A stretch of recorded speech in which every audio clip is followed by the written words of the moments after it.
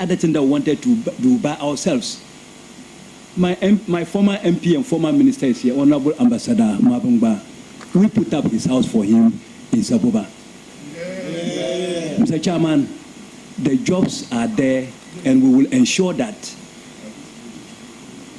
when we assure the apprentices of ready jobs for them if they get good training, and we motivate the master trainers so that they can put in their best and train the trainees very well for us. Thank you very much, Mr. Chairman. Thank you very much. I will now give the floor to Honorable Matthew Nyindam.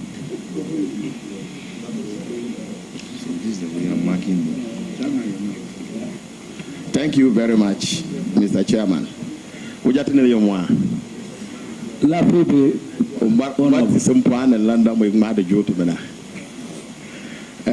it, I'm just congratulating him.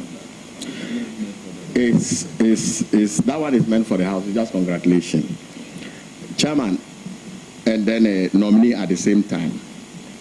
I have just two questions. There is always a cold war between MPs and DCs.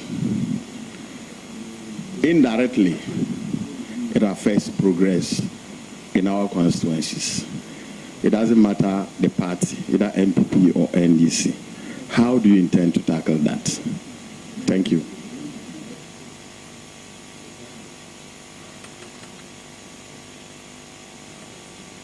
Please, go ahead. Thank you, Mr. Chairman. Mr. Chairman, having become a district chief executive before for 8 years, under my regime as a DC, I never created any problem between myself and then the member of parliament. So in short, I just want to give you that firm assurance that if this House gives me their consent or approval on President's nomination for me to become a regional minister, if this was happening, it will become a thing of the past. I will ensure, because sitting on an MP's fund means you are depriving some people from benefiting what they are supposed to get. Perhaps the MP wants to give a community potable water. So, Mr. Chairman, thank you very much for your answer. Any further question? Thank you, Mr. Chairman. My second question. Nominee, what will you want to be remembered for as you leave office one day? What would you want the Northern region to mention as your legacy? Thank you. Thank you. Proceed to answer. Mr. Chairman, thank you very much. Mr. Chairman, I cherish peace so much. And so one of the things that I want to be remembered for has to do with peace. Under my regime, if I make the regional minister, under my regime, I don't want to see any conflict throughout my tenure. And I think that based on the foundation I'll build, maybe it will be a continued thing even after my regime. Thank you very much. Thank you.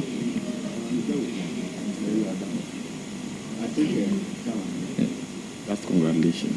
I think I also want to assure you, on behalf of my colleagues from the Northern region, that you can depend on us. We'll be there to support you. God be your helper. Thank you very much. Thank you very much, Mr. Chairman. Now proceed to give the floor to Hajia Pataya. Thank you, Mr. Chairman. Honorable nominee, may I have the opportunity to congratulate you on your nomination as the Northern Regional Minister. I have to go back to Honorable Jerry's question because, you know, the people I'm representing, majority of my constituents are women. And want to know more about these Kayais, especially those that travel all the way from the north to the south. So the World Bank Open Knowledge Repository puts the rural urban migration rate for Ghana in 2023 as negative 0.305 per thousand population. May I know which policies you will put in place to stem these manners, and also those who are already here in the south? Nana Akufo-Addo government has put in place policies and programs to give them dignified living. That is boarding hostels for the Kayais. How many hostels? We have more than enough to take care of the Kayais that I know. Thank you, madam. What assurance will you give to the people of the North, especially my constituency, Sabulugu, when approved by this committee and eventually the House, that you will not suspend those policies, but rather improve upon them to the benefit of the young men and women who find themselves in this situation? Mr. Nominee. That was a very brilliant. That's a very, Please go ahead. Mr. Chairman, thank you very much. Let me also use this opportunity to congratulate my sister. Mr. Chairman, this issue of Kayaye is something that affects all of us. Mr. Chairman, what I will say is that whatever that the past administration started, even though, Mr. Chairman, you have put it to me that the previous administration had put up some hostels to give them dignified living. I want them back home. I want them back home. And so I'll do everything that it takes to make back home attractive, and they will start running back home. Whatever resources that we can put in there to make home attractive, whatever reason for which they came to Accra, they will come back home. That is where.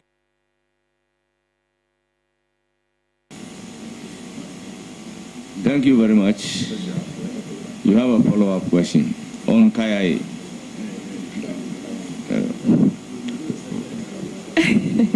Thank you, Chairman. Mr. Nominee, how are you going to ensure that they get back home? How? Tell us. Are you coming to give us money and buses?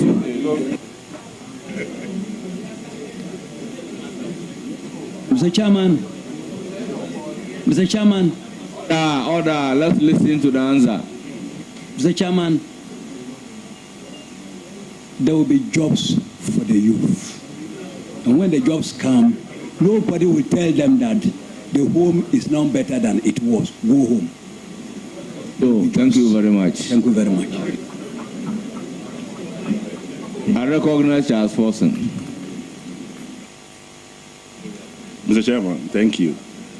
Mr. Nominee, congratulations. I want to know the roadmap for solving the many chieftaincy crisis and inter-tribal clashes within the northern region, please. Thank you.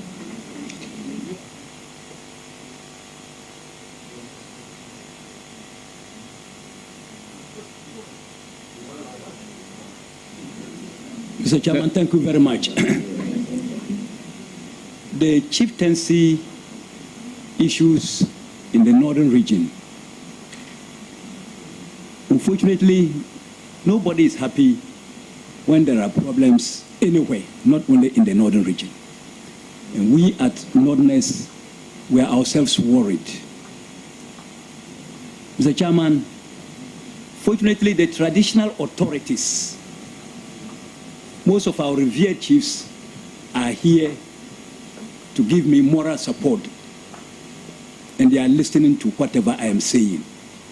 Mr. Chairman, you would have heard me repeatedly talking of liaising with traditional authorities.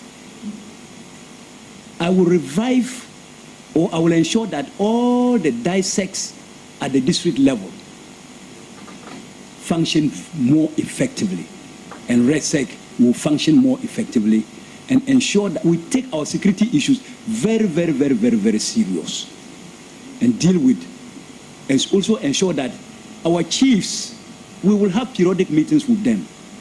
Whatever that are the causes for the chieftaincy problems, they should also relook at it, so that we are not tagged as a region that is always fighting, because there are root causes. So they should relook at it so that we don't have chieftaincy problems again. That is what I can say.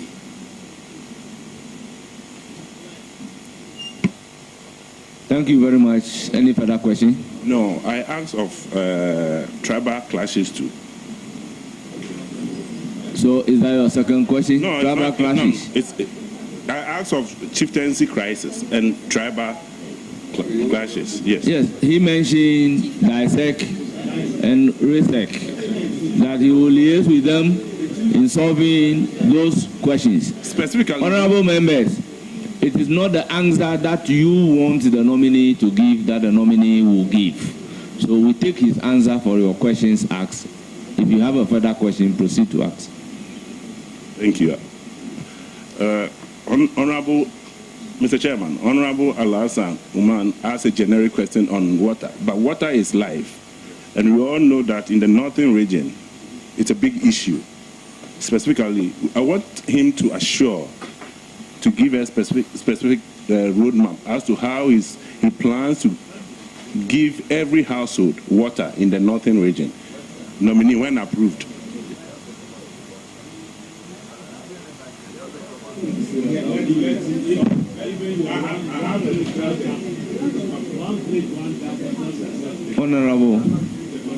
Honorable member, the nominee before you is not even approved as the minister, regional minister for Northern Region.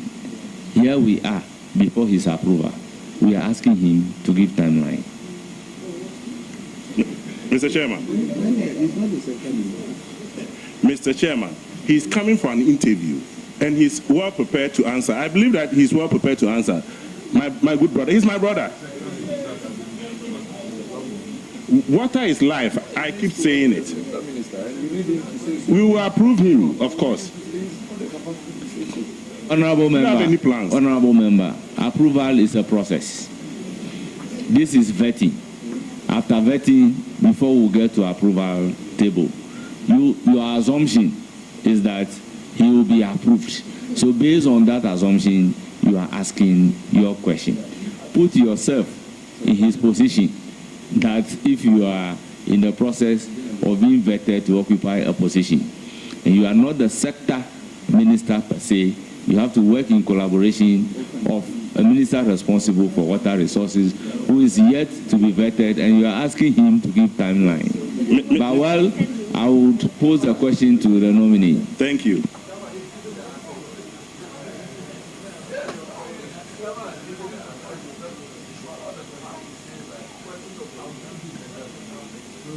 Honorable nominee, your answer. Thank you, Mr. Chairman.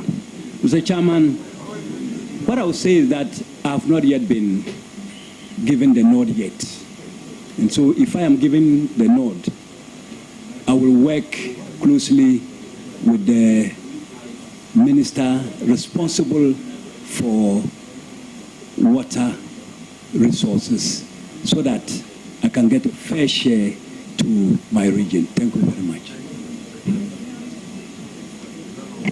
I'll give the floor to Deputy Whip and the ranking member.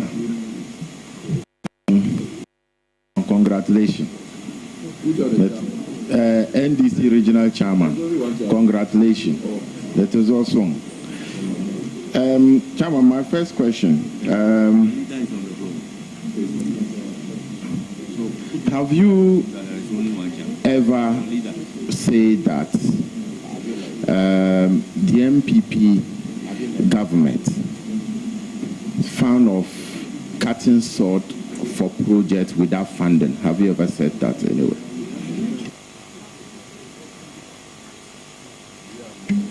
Mr. Chairman, yes. So, can you give us examples of some of the projects that you think that the MPP government cut short for without funding? Mr. Chairman, the Yendi water project, the sword was cut. And as I talk to you, Mr. Chairman, with all due respect, nothing is happening. Mr. Chairman,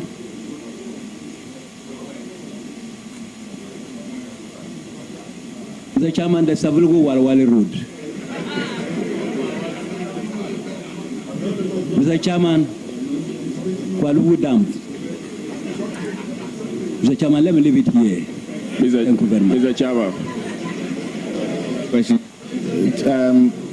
Chairman, I want to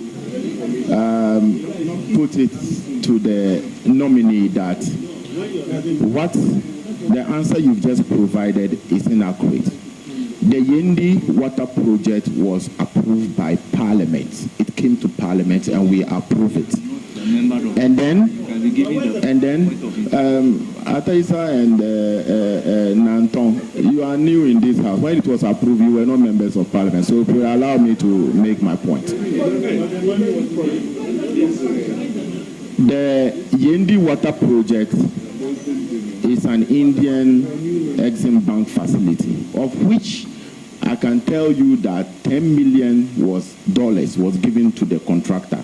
So, Chairman, when you say that there are projects that sort was cut for without funding, I disagree with you. I've read the article and I think that it is not accurate. No, he said there was no funding. That's what he said. Mr. Chairman, I didn't say there was no funding. All I said is that work was not done. Thank you very much.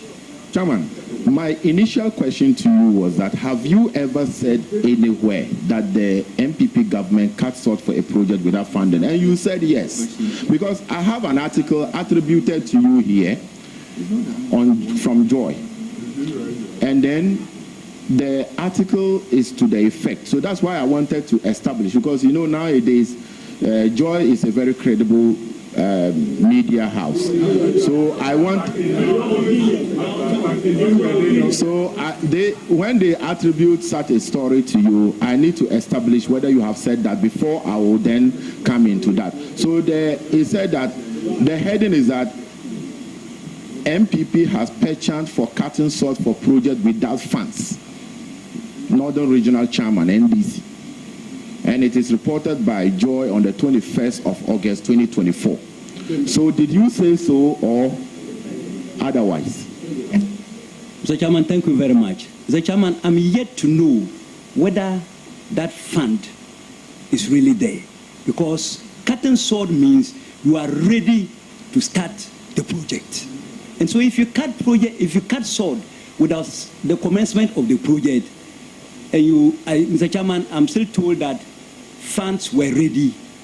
It's possible the funds might have been diverted or used for something else. I'm sorry to say that. Otherwise, if it is there and you have cut short for each project, why has the project not commenced for 2 years now? Chairman, I think you should direct your nominee to withdraw the word funding being diverted.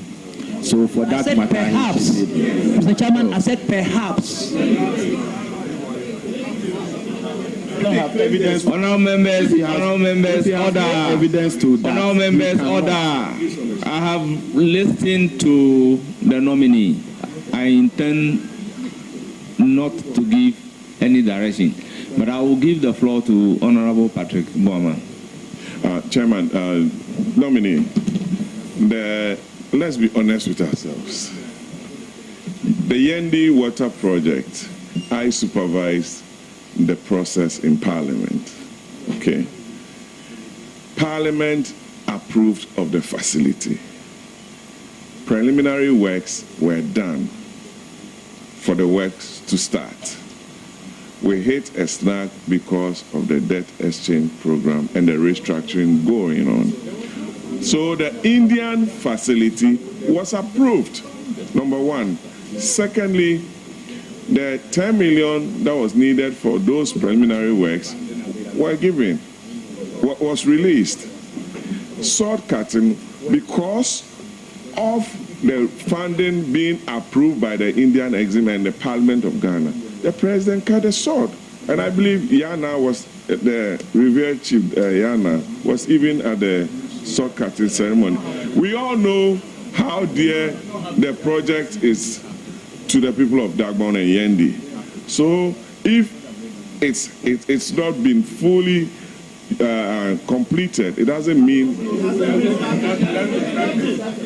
you don't start a project when you haven't done the prelims. You have to understand. You have to go through your understanding of project being done is when everything has been fixed. No. You have to do the feasibility and the pre-feasibility and everything. It's part of it. You have to understand it. It's an engineering work. Honorable Patrick Woman. Honorable members, we cannot dictate to the nominee the kind of answer to give. If I am sitting in his shoe, what is the starting of a project? You can do all the preliminary works, but if on the ground I have not seen anything being done, I will say that the project have not started. That is the ordinary meaning people give to starting of a project. This is not, Chairman, this is not ordinary meaning. This is a technical meaning to job. And you give technical meanings to technical words. You can't say that. So, Honorable Habib, proceed with your question. Chairman, I think you are now doing politics. A lawyer, as I know, it doesn't mean when you meet a lawyer with your case, drafting of your statement and other thing without filing the necessary documents in the courts. It doesn't mean that the case hasn't started. So, Chairman, my other question to the nominee.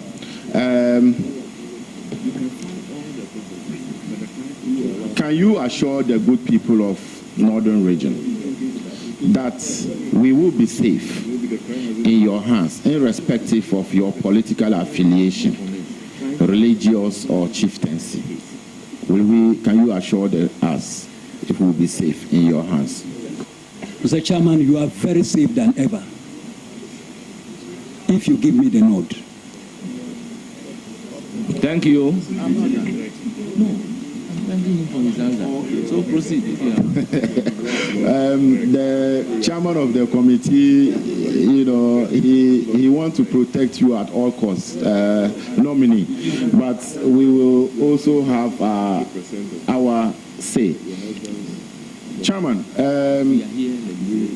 immediately the former flag bearer, our former vice president, Dr. Mahamadou Bawumia, conceded to our current president, John Dramani Mahama. We realize that in the Northern Region, there have been a lot of disturbances, attacking the Tamale Metro Assembly, attacking Savulugu, some other districts by party, alleged party affiliates.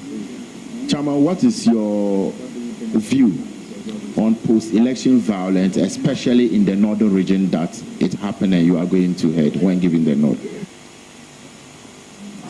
Mr. Chairman, thank you very much. Mr. Chairman, this issue is not done by just one political party, and for that matter, NDC has won election.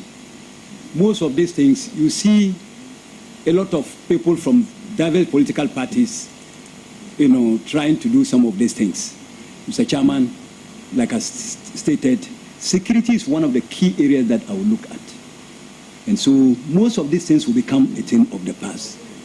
That is the assurance I can give you. It won't happen. Thank you very much. Any further question? Yes.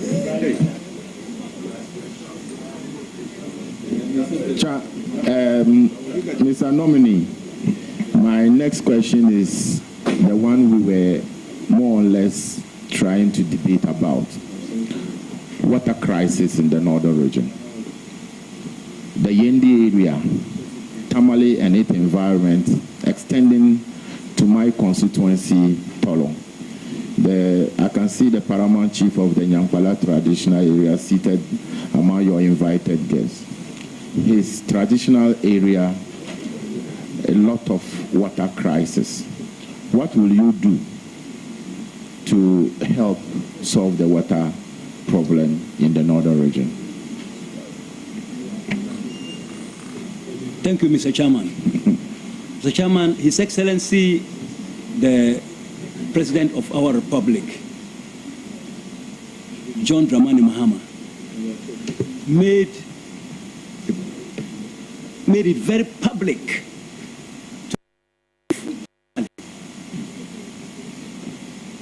not once, not twice, that if he becomes the president of our republic, he was going to solve the Tamale water problem. And this is somebody, when he says something, he does it. And so I have that firm belief that once he has won and he's our president, the Tamale water problem will be solved. And when that is solved, it will not end there. We'll see how we can get it to other constituencies. I will do this lobbying through the minister in charge of water so that this can be done for us. It was a promise to us. Thank you. To be done. Any further question? Yes, Chairman, in the Mr. Nominee, if you are aware, in the Eastern Corridor, there are some underneath tension from Myong, Yendi, Saboba, where you came from, Karaga, Gushegu area. And over the years, we've lived peacefully between the Gombes and Konkombes. Myself, I have a lot of Konkomba friends, and some of them even staying with me. Chairman, you are a Konkomba. And the underneath tension, we've lived in peace and harmony in the region. What will you do to ensure that nothing of that sort shows its ugly head?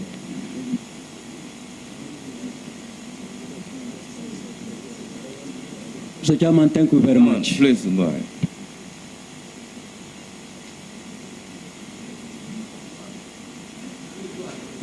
Mr. Chairman, thank you very much. Mr. Chairman, I thought I had earlier on answered this question. And I want to repeat again before Mr. Chairman that I will give security issues the attention that it deserves.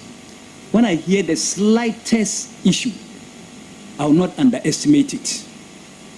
Mr. Chairman, the traditional authorities, I will work closely with them. That is why I'm seated here with representatives of Ndanyana. We have representatives of the Bamblana. The Uchabobor himself is personally here, and many other chiefs in the northern region. Many other revered chiefs in the northern region are here with me today. Mr. Chairman, I will not abuse what they have done for me in the past and the respect and honor they have given to me. I will work closely with them, and we shall treat security, we will give security issues the deserving attention as much as possible. Thank you. Any further question? Yes. Mr. Nominee, you are currently, if you go through your CV, you are the regional chairman of the NDC, and you've been nominated to be the regional minister. Regional minister means you are minister for all, irrespective of political colors. Do you intend to resign as the NDC regional chairman so that you can concentrate as the northern regional minister and minister for all? Mr. Chairman, Mr. Chairman,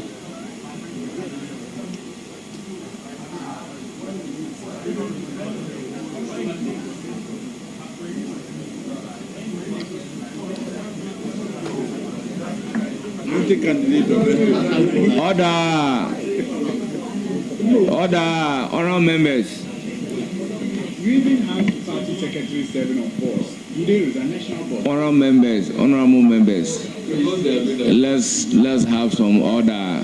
Honourable members, let's have some order. Honourable members, let's have some order. So you might need to not a member of Honourable members, Honourable Soini, let's have some order. Honourable Nikwe, let's have some order. Order. the party constitution will take care of that. Mr. Chairman, thank you very much. Very well. Mr. Chairman, I will give the region the deserving attention. I will focus in doing my work as a regional minister if I'm given the nod.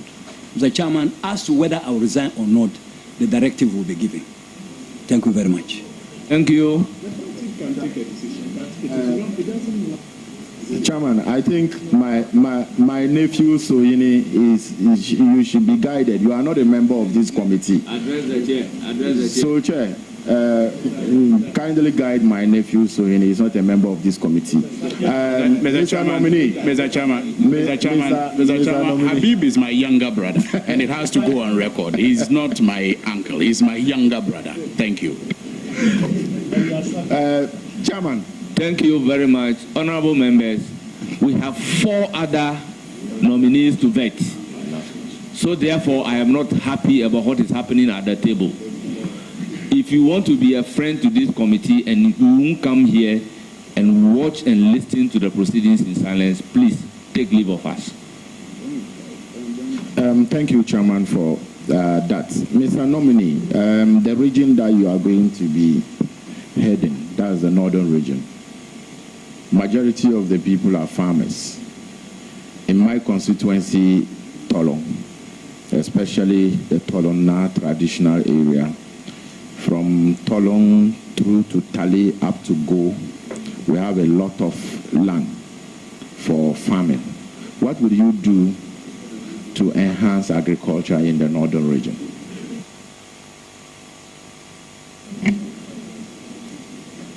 Mr. Chairman, thank you very much. Mr. Chairman, I've indicated earlier that in the manifestos of the NDC, we shall be providing mechanization centers at all districts. And for that matter, Tolong will benefit its fair share. Mr. Chairman, I'm happy you have that interest for our youth. Mr. Chairman, if these mechanization centers are put in place, and I am given the nod by this noble house, I will work closely with you to ensure that the youth in other areas across the region make good use of that program. Thank you very much. Thank you.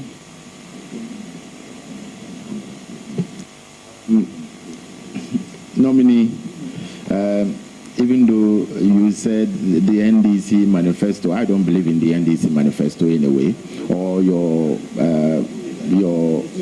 policies.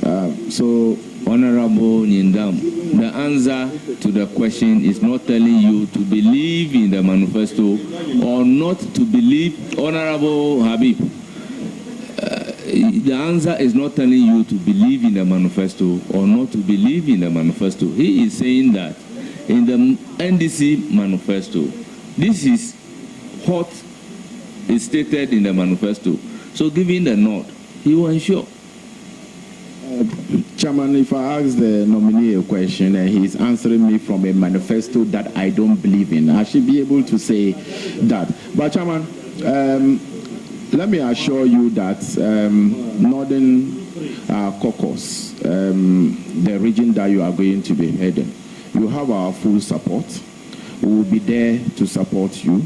You know, out of the 18 constituencies, when I say this, some of my colleagues don't want to hear it. I I am the only leader from the north as it stands now. There's no more any leader anywhere. So I will assist you. Ayerga haven't arrived yet. Nobody have mentioned his name yet. I am the only leader from the northern region at the moment. We will. Ayerga is from Upper East. Mahama Ayerga is from Upper East region. I'm from northern region, and I'm the only leader from the northern region.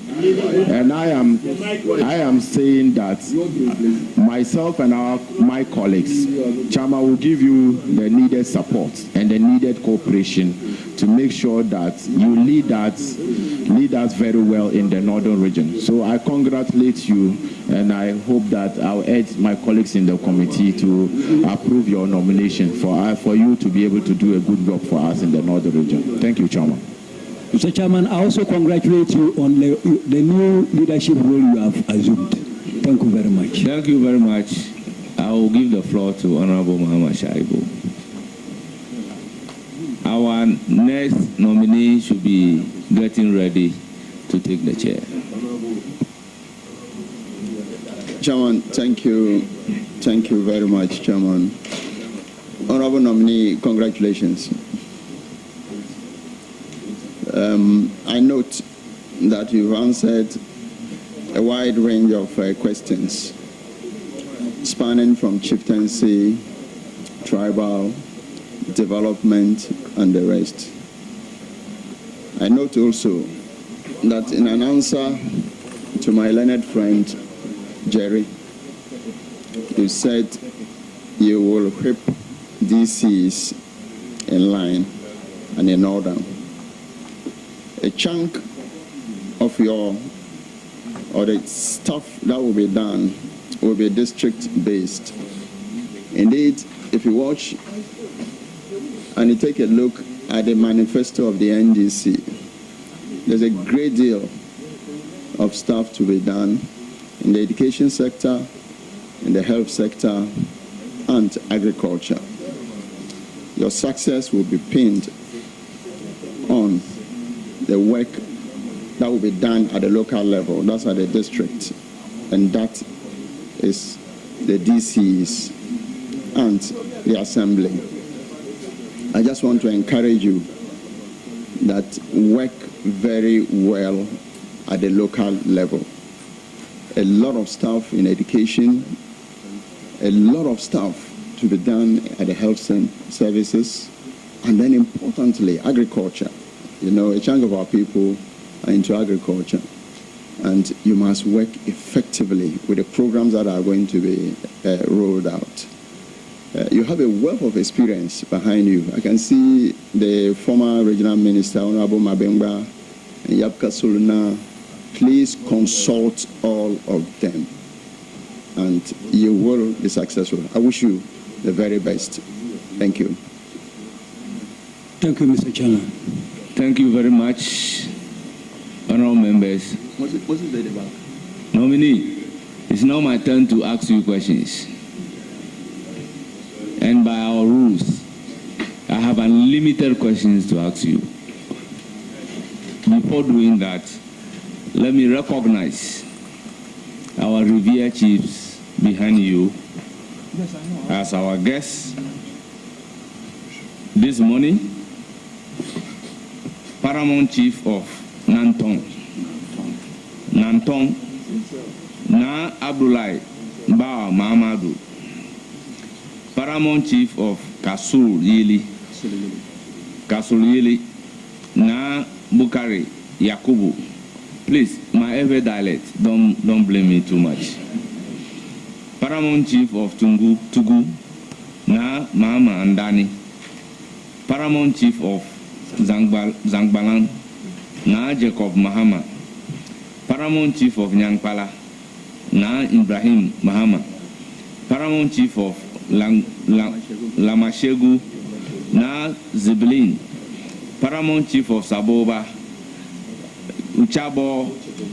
Uchabobo Bowan Matthew John. Cheche Na Abarika Husseini. Bimbila Regent Representative Yabori Na. Tugu Yapalsi Na Abdul Amin Ibrahim, Sakweya na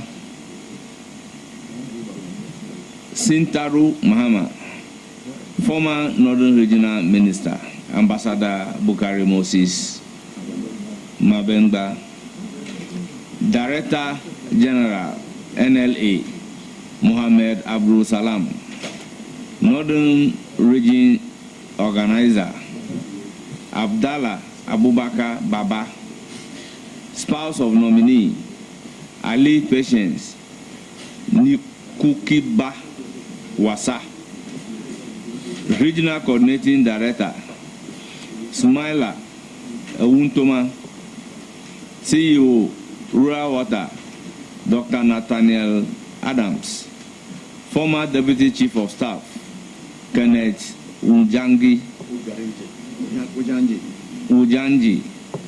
Northern Regional Communication Officer Mohammed Suleimana, Special Duties Director Northern Region Ibrahim Mohammed Tijani, MP of Saboba Bukari Nikwe, Northern Region Women Organizer John Mahama Charity, former MP Bushegu Thomas Nasa, Constituency Chairman Saboba Blimo George Wumbe, Regional and Constituency Executives, family members, you are welcome. Chairman, except that they forget to add the name of the regional secretary, the national lottery board. It's been mentioned. You are not in the room. Authority CEO. I have mentioned it. That is the NLA.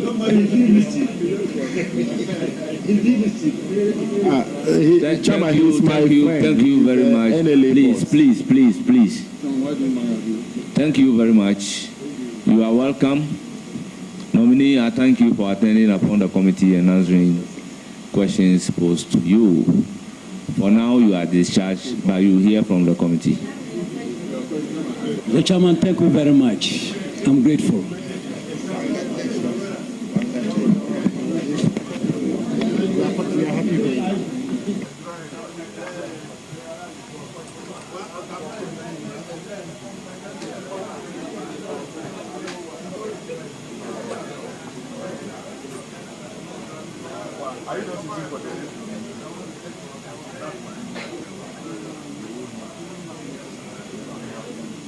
Well, just gone by is the vetting of Ali Adolf John. He's the nominee for...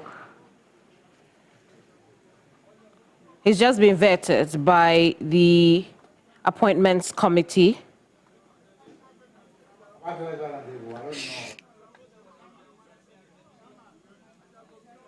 The Northern Region.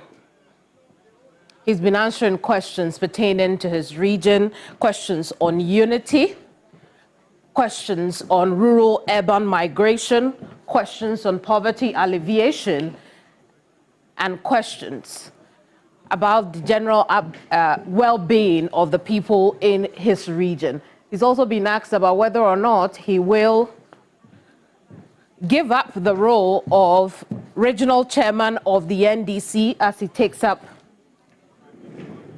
a more national role as the regional minister. And he says there is a reason everybody from different sides of the divide are there with him, because he intends to be a person for everyone in the region.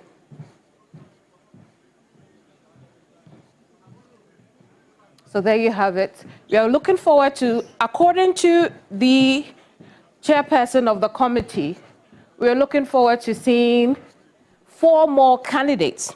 Originally on the schedule, there were only 4. And if the regional minister designate has been vetted, you'd think that we would have 3 more. But the committee's chair says there are 4 more candidates to be vetted today. Sounds like it's going to be a rather long day for the committee today.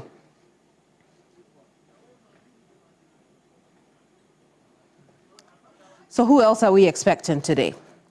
From the Oti region, John Kwejo Japon, the minister designate for that region.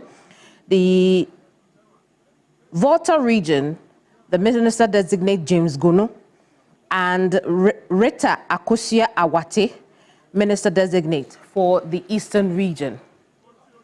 We're expecting to see these three. Who the fourth person is unclear at the moment. When we do have the information, we will share with you. But just gone by is the Northern Regional Minister Designate, Ali Adolf G. John. He's also regional chairperson of the NDC in that region. Just before we go back to the floor for some sound from there, let's find out what else he's been talking about today. I'll take you over it. It's been a very long, long day for him, or long morning, so to speak. He began talking about his teaching appointments. He said he was given an appointment as a teacher after his national service on the subject of kayayes in the South. He acknowledges that the problem did not start today. He also has his brothers and sisters in thought who have come to Accra to find menial jobs, and says that when jobs are provided in his region, automatically that rural urban migration to Accra or to the South to find menial jobs will cease. He talks about initiating apprenticeships or trainings for young people in the region. He explains also that some of these people come to Accra with a target to buy sewing machines or hair salon tools, and later end up doing something else when they get here. It would appear what you see on your screen at the moment was what should have been the entrance of the next candidate. But what I see also is his supporters are already there, and there he is. He's taken a seat. John Kwejo Japon, Minister Designate for the Oti region. And you can understand why he's having a conversation with Buem constituency MP, if I'm correct, Kofi Adams. He himself will be facing the appointments committee along the line. But John Kwejo Japon, Minister Designate Oti region, has taken a seat, which means that we'll be hearing from him. He will take the oath. He will be sworn in before the committee, take questions from the committee, and hopefully after about 2 hours or a few hours, the next candidate will come. But there he is, John Kwejo Japon, Minister Designate Oti region. Let's take you there live now.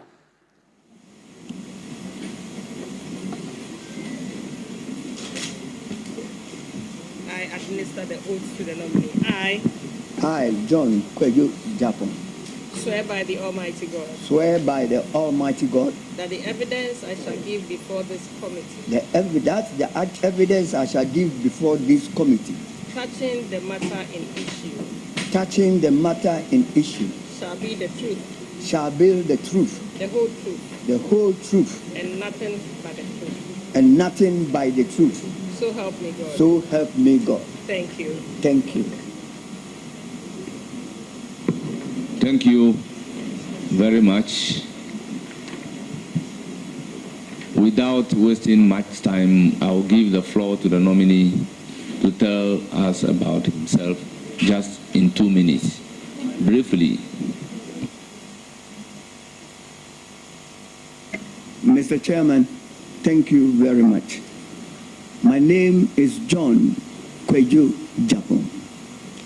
I was born on the 22nd December 1950 in KJB, where I come from. I did my basic education in KJB Primary Middle School. I did my O-level education at KJB Secondary School. I went to Pando to do my A-level education. I graduated at Cape Coast University with a degree in Bachelor's of Science and Education. I did my national service at KJB Secondary School. I taught at KJB Secondary School, and I taught again at Mauli Secondary School. In 1991, I had the privilege to represent farmers in Volta region at the Consultative Assembly. In 1993 to 2001, I had the privilege to represent my constituency at Parliament as a member of Parliament for the Akan constituency. Again, I had the opportunity to represent my constituency in 2005 to 2009. I am a married man with 10 kids. I am also a farmer and a businessman, a politician and a still politician. As I speak to you, I am the regional chairman for NDC in Uti region. Thank you. Thank you very much. But let me say, before becoming the regional chairman for OT, he was the regional chairman for the Volta region. And under him, I became a member of parliament.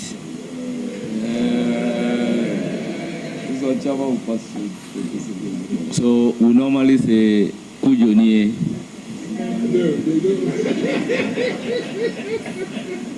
Thank you very much.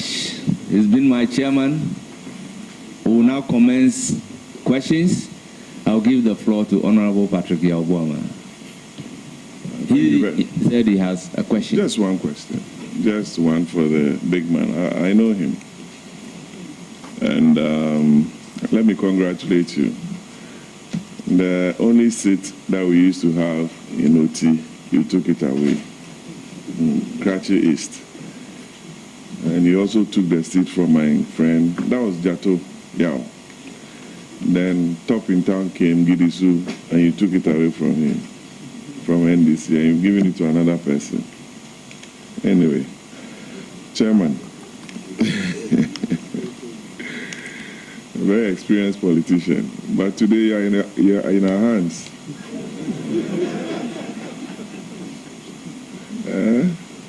And Lenin Toso is saying, oh, go slow on Chairman. Chairman, congratulations, you've done well. What is the role of a regional minister? And what are some of the challenges you envisage in your region, OT, a newly created region by the MPP government? And I want to find out from you your role and the challenges and what you are going to be doing to resolve some of them. That's my question for you, and I wish you the very best. Thank you. Thank you. Thank you very much. Mr. Chairman, the role of the regional minister, the role of the regional minister is a brief one. In the first place, the regional minister represents the president in the region. Then the regional minister is also responsible for coordinating and direction of the administrative machinery in the region. The regional minister, because I am going to represent the regional minister, I have the duty, a role. I'm going to represent the president, yes, because I'm going to represent the president. I have a role to supervise the performance of the district chief executive. I again have a role to supervise, to coordinate and evaluate the performance of the regional, of the chief executives in the region. It is also my duty to submit to the President a periodic report about the performance of the district chief executives within the region. It is also the responsibility of the district chief executives to brief me on taxes, bills and licenses they are imposing in the district assembly. And again, to also report to me for further report to the President, the programs and projects that the assemblies want to undertake in their district assemblies, because it should be in line with the national directive. Chairman. Thank you. Chairman, I'm satisfied. And Chairman, but you said you have 10 children. 10 children. Yes. That's the one on record, or thank you. I have. Honourable members, order. I don't know whether Patrick Bouma is aware of any other which is not on record. But Honourable Chairman, he is satisfied with the question. So that being his only question, I will give the floor to Charles Forson. Thank you, Mr. Chairman. Oti, a farming region, I must say, yam, cassava, ginger, even cocoa. Honorable nominee, when approved, how do you intend to empower the youth within the region?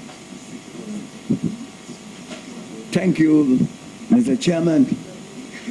Like he has truly said, Oti is endowed with a very good land mass. We do cocoa, we do ginger, whatever it is. But unfortunately, we don't have any industry that produces or processes this produce in the region. When I get the nod, I am going to consult, try to talk to stakeholders who will come to establish processing factories in cocoa, in ginger production, in cassava production and yam in the region. I am very confident with this.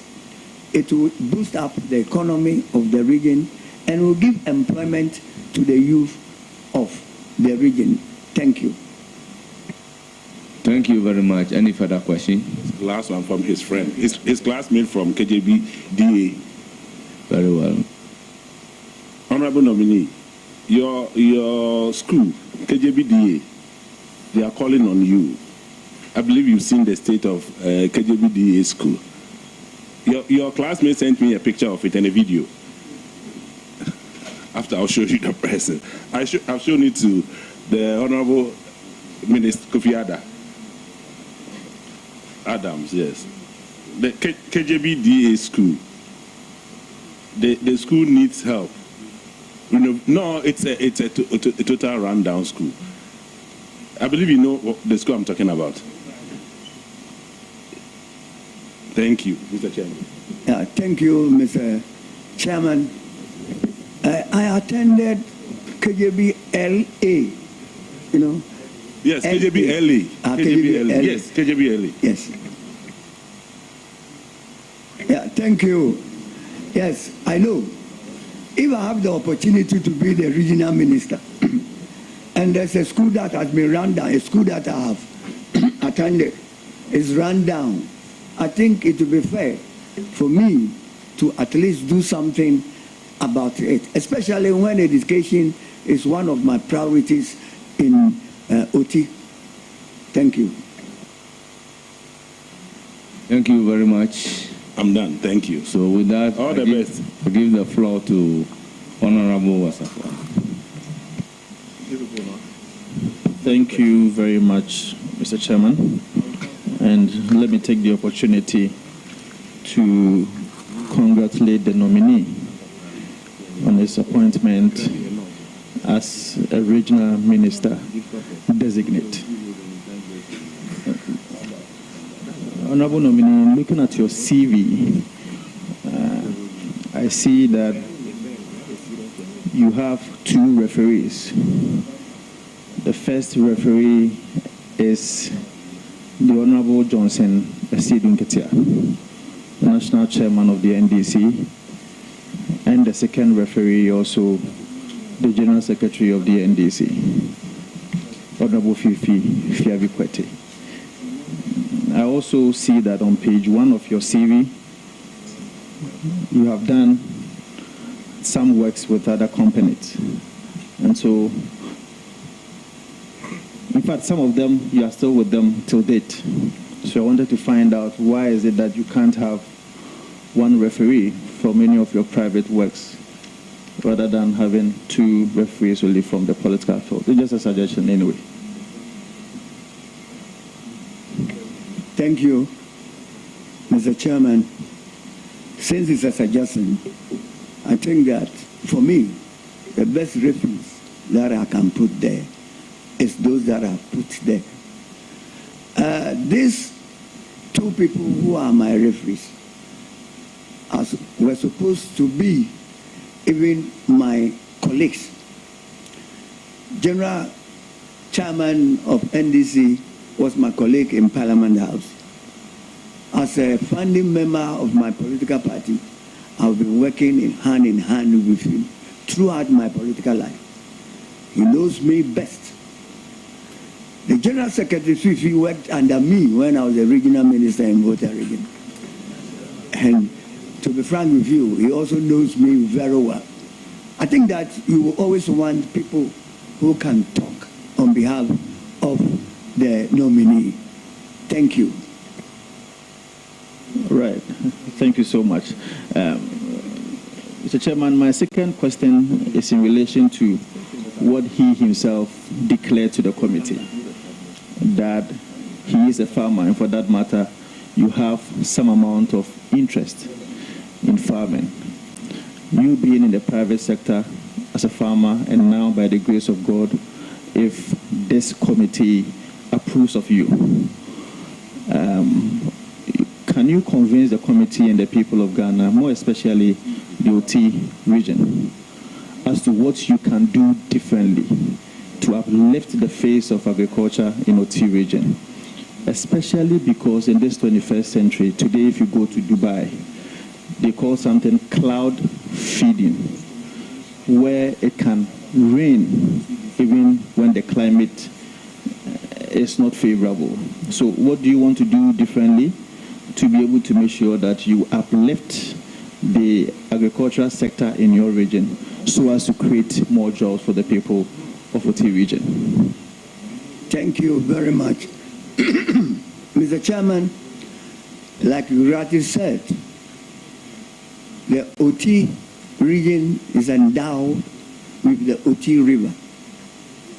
And so I'm coming on board with scientific farming, where we are going to do irrigation. We are going to do irrigation for the whole OT region, because luckily OT is bounded on the western side by the Volta Lake, within which we also have the OT region. With these 2 powerful rivers, I don't know why we cannot even irrigate the whole land of OT region. And when we irrigate the land in OT region, I mean, the youth will be motivated to do farming.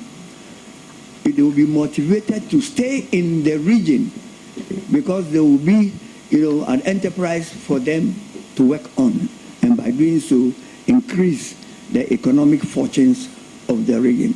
Secondly, I am also going to bring on board a strategic partner who will come and build an industry for us to process cocoa. When you look at the cocoa is the production. Ghana produces a lot of cocoa. Not also forgetting that OT region also produces some amount of cocoa. There is no cocoa processing company apart from the one we have in Tema. From Tema right down to OT, there's no other cocoa processing company. There is cocoa in Volta region. There's cocoa in OT region. So I am going to bring a strategic operator to come and have an industry that can process cocoa to the down level. This will improve a lot of the economy of the region. It will also give a lot of job to the youth. And if they have jobs in the villages, they will not, come to the rural, come to the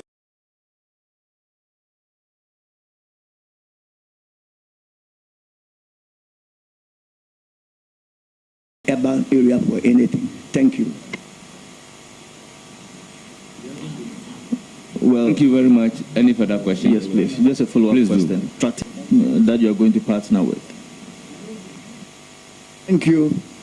I know that the president of this country promised that when his party is in power, one thing that he will do for OT region is to process ginger. Ginger is the gold now in OT and with the president himself saying that I am going to bring, a factory or an industry to process ginger, I think that he will be the number one person I will be depending on. Thank you. Okay, so my last question will be that having been a former or having been a deputy minister for local government, I have first-hand information as to the challenges and the difficulties that MMDAs have been having in terms of human resource, in terms of financial issues. The capacity of these MMDAs is very crucial in administering services to their people. How do you intend to build the capacity of these MMDAs who are directly responsible to you or who are directly answerable to you to be able to make sure that they can promote local economic development in your region? Thank you, Mr. Chairman. In the first place, the regional minister has no budget. So we will call on our development partners to support the district assemblies to be able to build the capacity of the assemblies. Again, there will be education. We also want to educate the people of OT region the importance of paying, taxes, fees, and their property rates. Most of the assemblies don't even correct property rates because most of the people don't believe that they should even pay property rate when they good services. Good services. Thank you.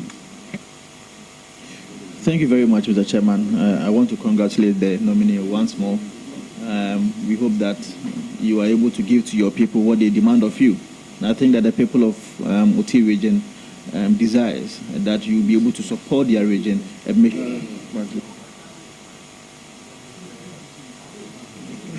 Thank you, Honorable Nominee and Chairman. Congratulations. Chairman and nominee at the same time. I have three questions, very brief. You have outlined your vision and I buy into them. You cannot achieve them when there is no peace. Nkwanta has been a thorn on the flesh of OT region.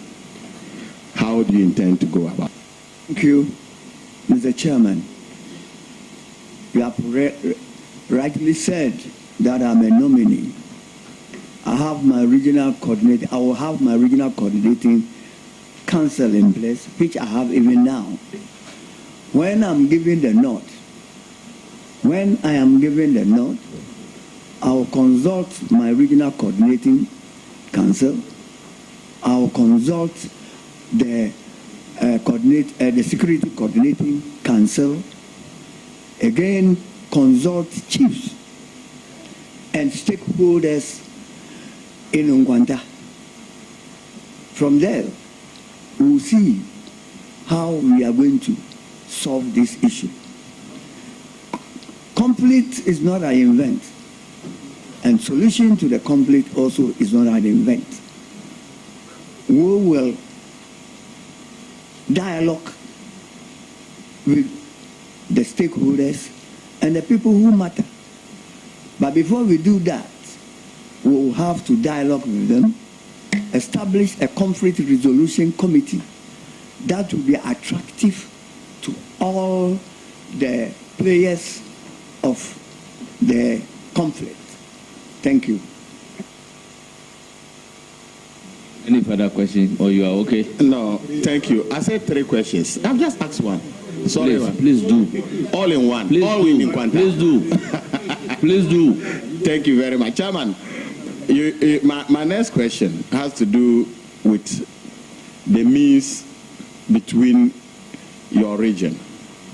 That is your regional capital and the other side. The only means is the ferry. There's been enormous pressure. Traveling on that road, is a lot of pressure linking these two places. What are your plans towards that?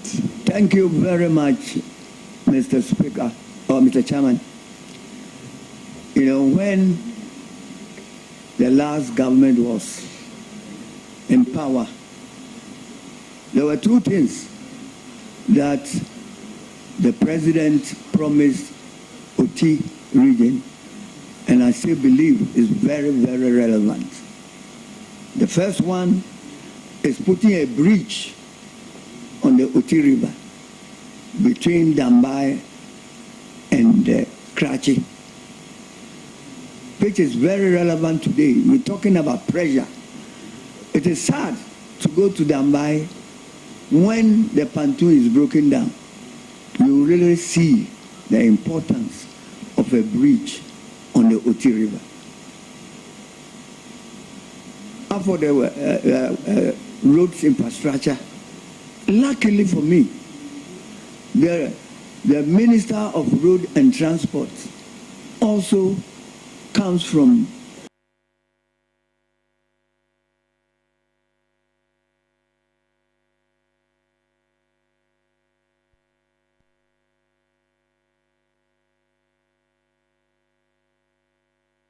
Thank you very much. Last question. Thank you, Mr. Chairman. Nominee, Nkwanta, what's the name? Dambai, Oti region, you have a variety of people. It's a cosmopolitan area. Tribes. If I want to name them, I don't think I'll end. How do you intend to lead these people? Thank you. The diversity of OT is a blessing, but a chance is also a challenge. But what we will do will be frequent, engagement with the people at the district level, town hall committees meeting, town halls meeting, and it's only by dialogue and education, letting them know the importance of peace and unity in OT that will enhance development in the area. And by doing this, I am very sure nobody wants conflict in the area. They will listen to us, and then we have a roadmap to follow. Thank you. Thank you very much. I'm done. I'll give the floor to Jerry Shaibu. Thank you very much, Mr. Chair. Mr. Chair, my observation, 74 years, 10 children. Official.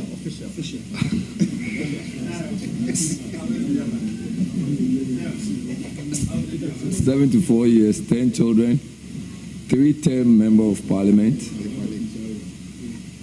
Regional Chairman Oti, Regional Chairman Volta, Constituency Chairman. You don't think it's time to hand over to any of your children? Thank you very much. I'm happy for this question, because if even an 83-age person can be a president of this country, I'm wondering, a 74-age person. And again, you see, there's something you didn't say in my CV. I am a founding member of this political party. So my passion is to see that this party always wins the election. Once I have the strength to help and to cooperate, to advise, to build the capacity of the youth who are party members, so be it. Thank you. Thank you very much, Chairman. Please remain in silence and watch proceedings.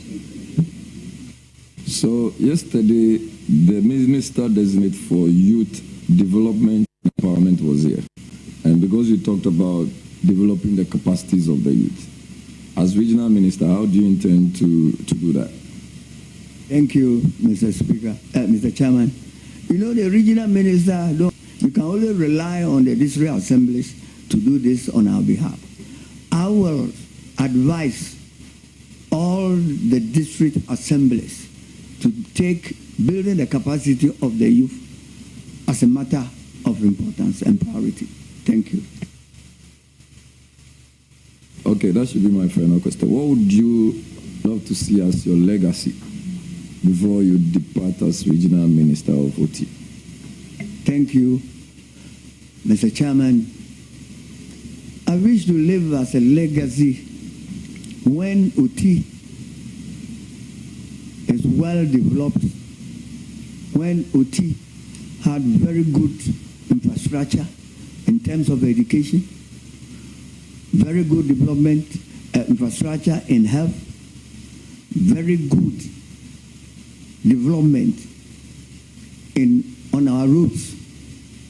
Then again, what will keep me moving will be the bridge on OT, River, between Dambai and the Karachi. Again, we will encourage public transport, private transportation that will only open up the region, increase connectivity, facilitate trade, and enhance business environment. Thank you. Mr. Chair, I wish the nominee well. Thank you very much. Thank you. I will now give the floor to Rita Odoleso, Honorable. Thank you, Honorable Chair. I want to congratulate the nominee, Honorable Japon Kujo. That's the name I know you by.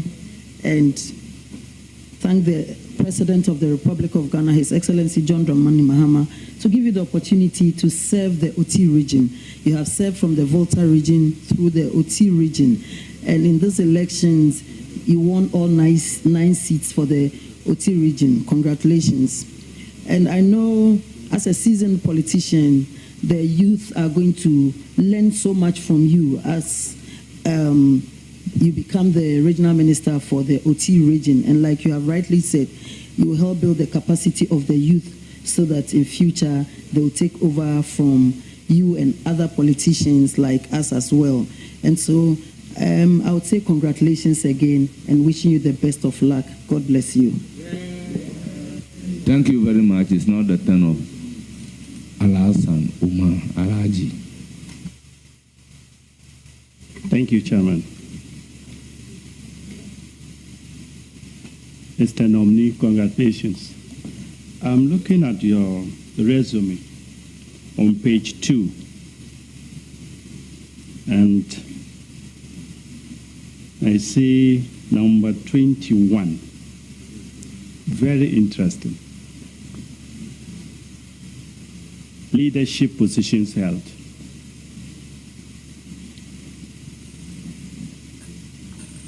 I believe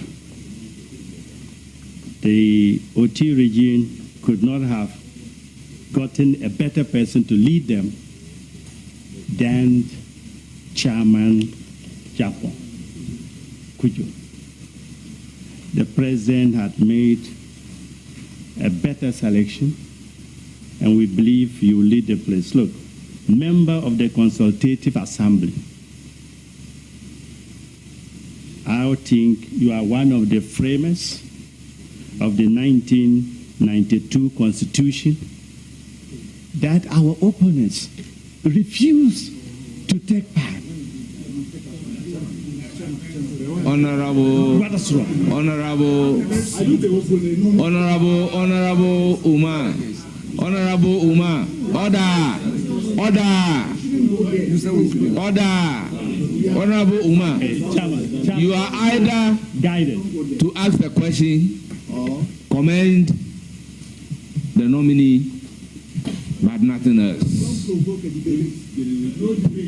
So please, Chairman, do the needful. Please. Chairman, I stand guided. Thank you. I congratulate you and I wish you well in your leadership. Thank you. Thank you very much. Honourable members, I will give the floor to Honourable Mahama Shaibu. Chairman, I'm most grateful. Comrade, congratulations. I know you've answered a wide ethnicity, conflict, and governance, and then general development. Thanks for that. In all of this, peace is the most important of all. There can never be development without peace. Recently, we've had news of your region in a very bad light. With your wealth of experience, I pray and I encourage you to use that to bring everybody on board. Peace is what is critical for development. You have a young region that you need to elevate it to a very high level. And if you put that on board and consult, you will take this region far. I pray that you're able to do so. Congratulations. Thank you very much. It's now my turn to ask questions, and I intend not to ask my chairman any question, but to congratulate him on his nomination as the minister designate for OT region. Honorable Minister, congratulations. Thank you, Mr. Speaker. Once again, Kujonie.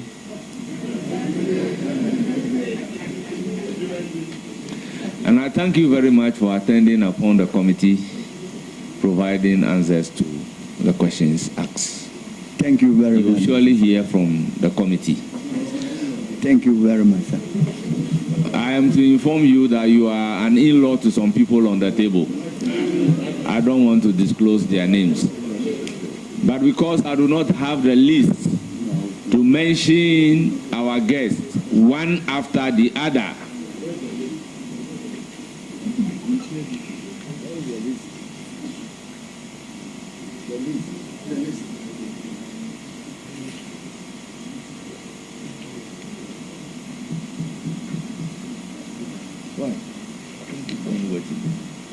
may I use the pleasure to welcome all of you from OT region to Parliament of Ghana.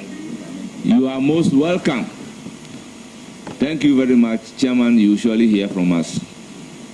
You are hereby discharged. Thank you very much. Gifty, you know.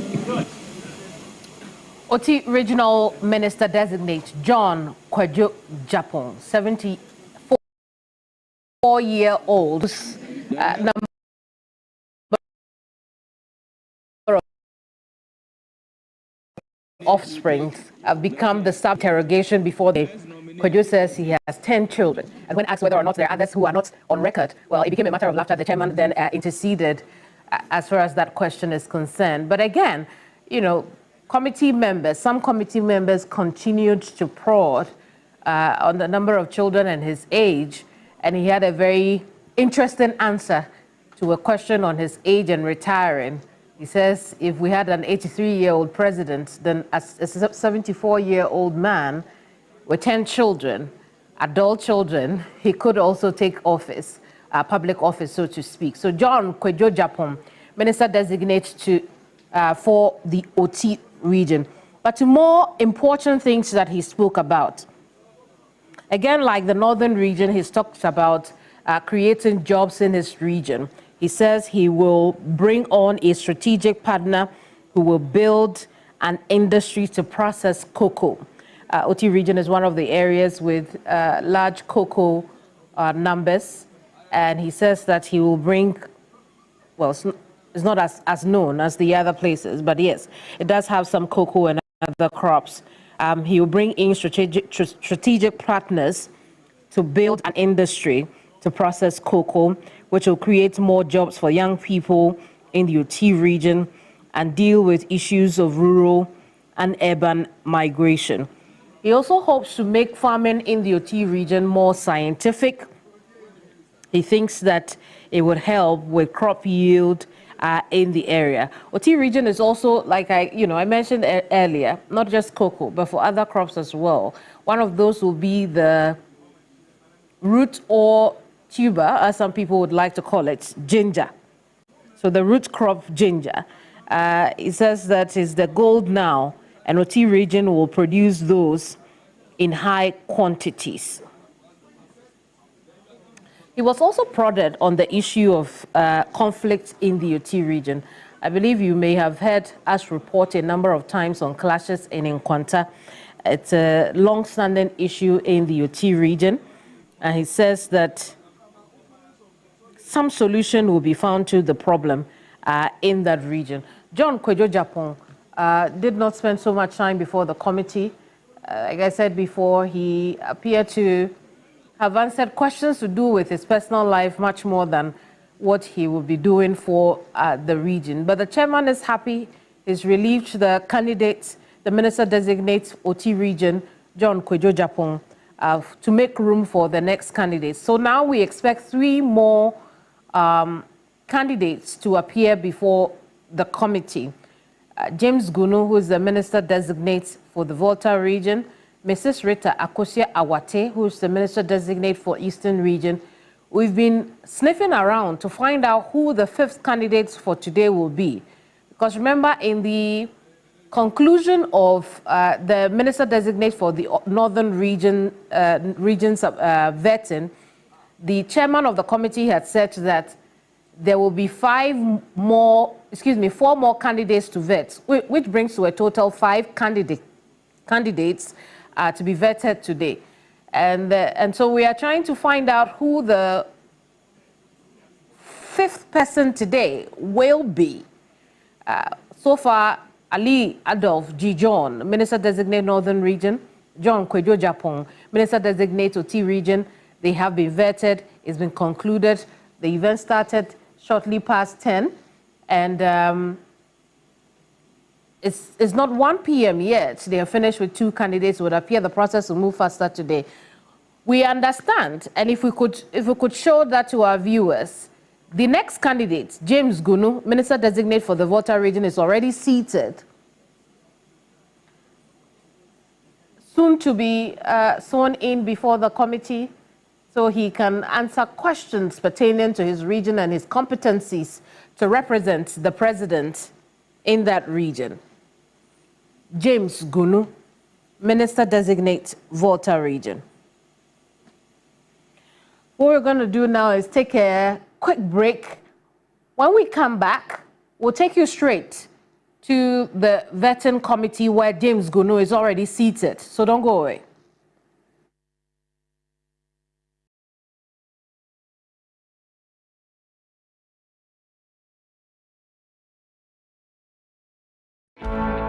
Mommy, simple squatty crown to me here. I don't think I'm saying badging. Boss, me feature ko yare yao, and so cranty meet me badging me into aso, and no soon tima shime juma. Se wuton we are and a winya anodru. Wati agbevetonik nka. Dro tatashia esa efeche komu yao. Obia nenum ato. Any ko komo agbeve fever, esa malaria, any fever, any hunam yao eba. Na mum se obenuma ese se we test ehun se wo malaria ansana wano. Herbal mist capsule. Aye dropa ebi na menum.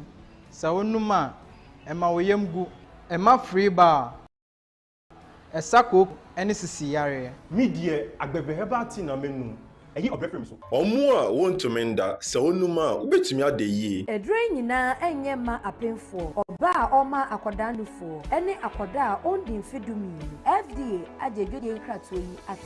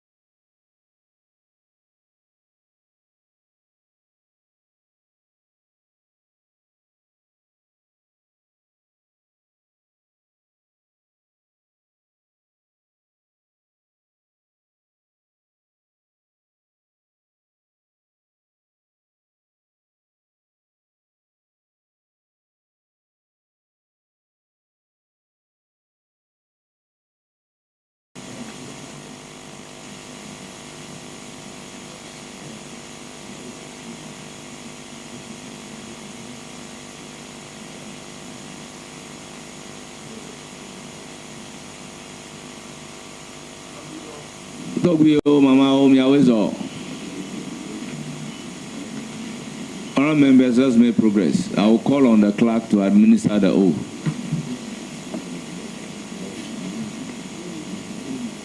Clerk of the committee.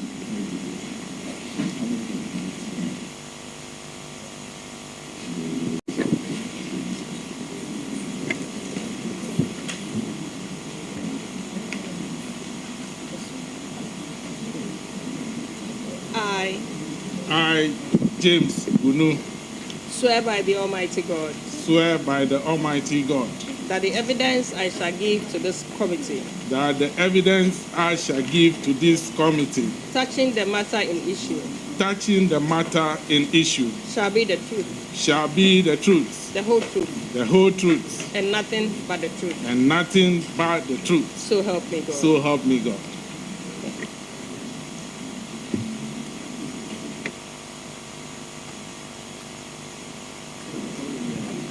Thank you very much, honorable members.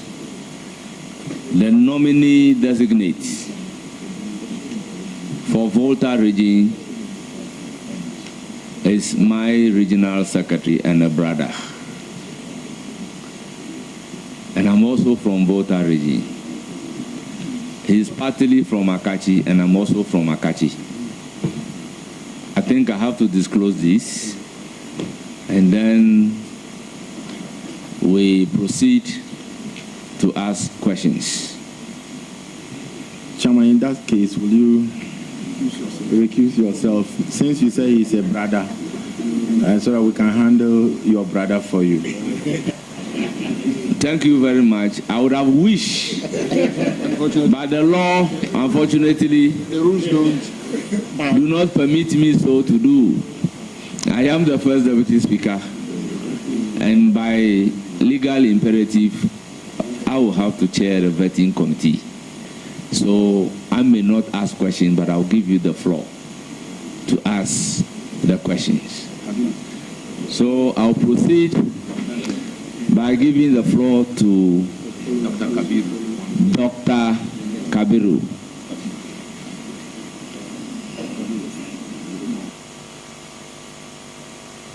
Thank you very much, Chair, and then let me join you in congratulating your regional secretary for that nomination. I think it's well deserving, and I hope you will, when you are given the opportunity, you will serve to the glory of God and for the people of the region. But just one question. You are record to have said that the attack on the MP electricator is politically motivated. Do you have any, if you like, evidence to substantiate that particular claim?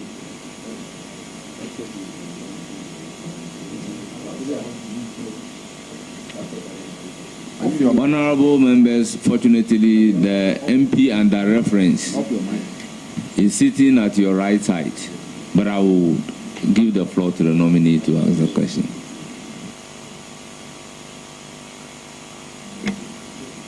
Thank you very much, Mr. Chairman. I don't remember exactly the record the honorable member is referring to. Thank you. Thank you very much. Charles Paulson, you have the floor. Chairman, thank you. My good brother secretary, my concern is about the Volta coastal belt, how to protect it. Do you have any plans for that, please? Thank you. Thank you very much, Mr. Chairman. I believe that given the nod, the party or the government, I'll work with the sector ministers. I'll collaborate with the sector ministers, to tackle that situation, protecting the coastal belt of the region.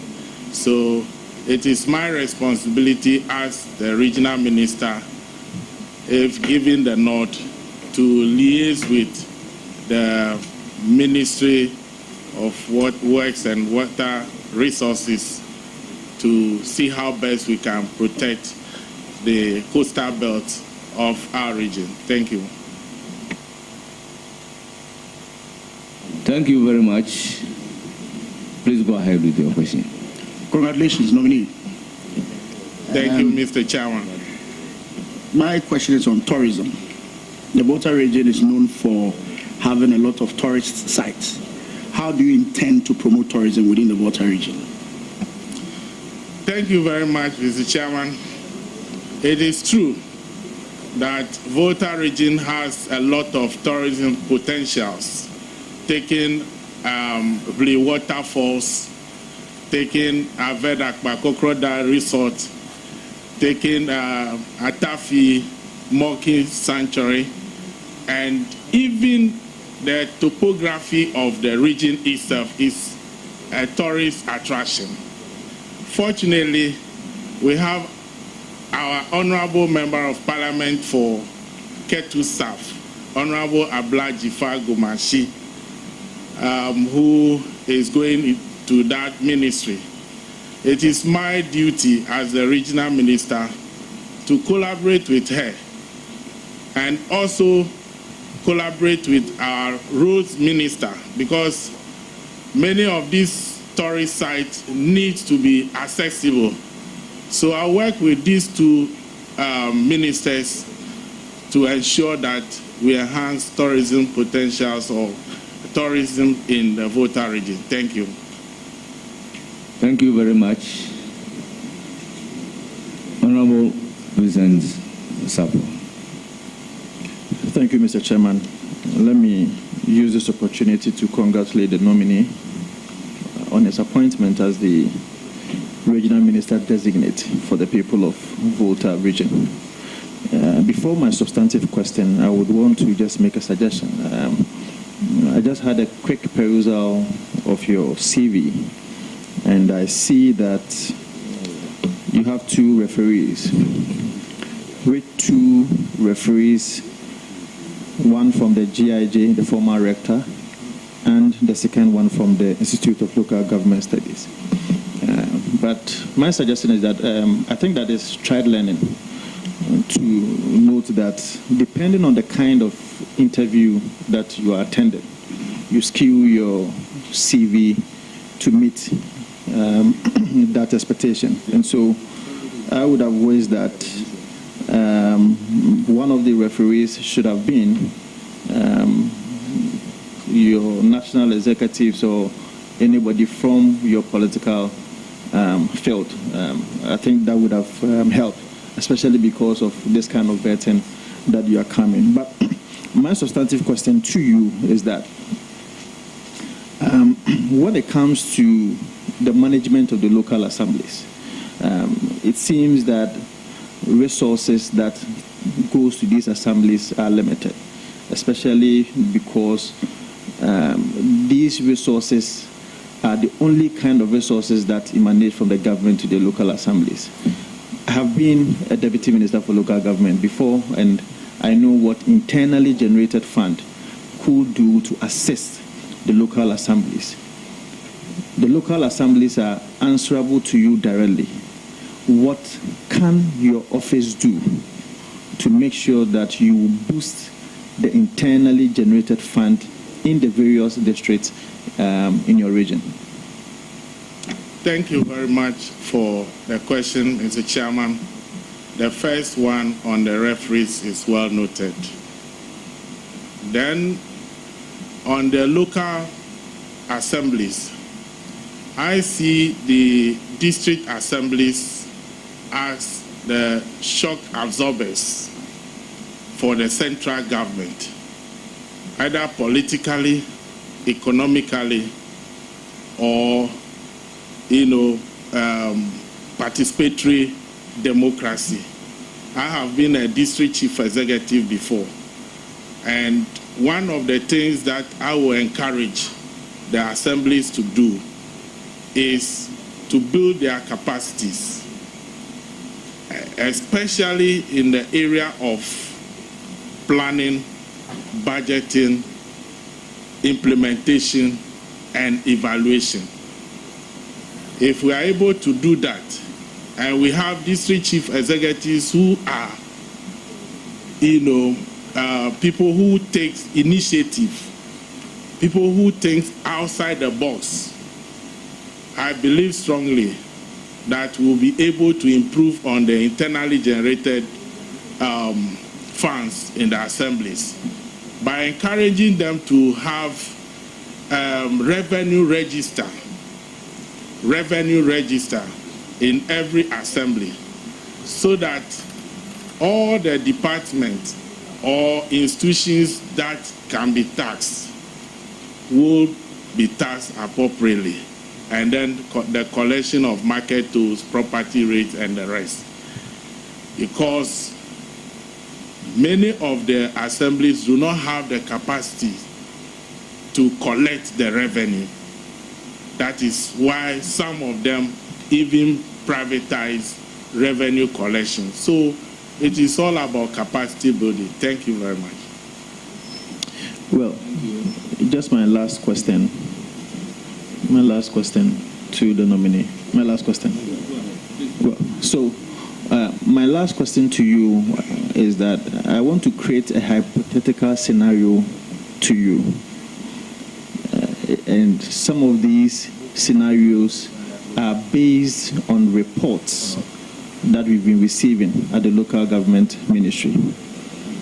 In the event that a member of parliament complains to you that his MCE or DCE is not releasing the funds that is due the member of parliament for purposes of developmental project, and such an issue come to you as the regional minister, what steps are you going to take in dealing with such an issue, especially when some of these issues emanate from previous political contests where the MCE probably contested for a parliamentary candidate or a member of parliament and they did not win, and so these two people may be having rift.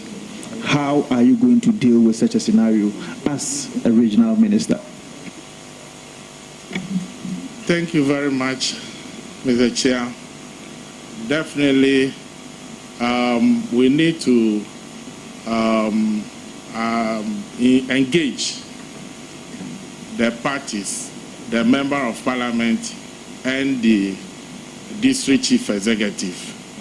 And in the course of the engagement, we will know that we are in the same course, in bringing development to our people. Fortunately, in the Volta region,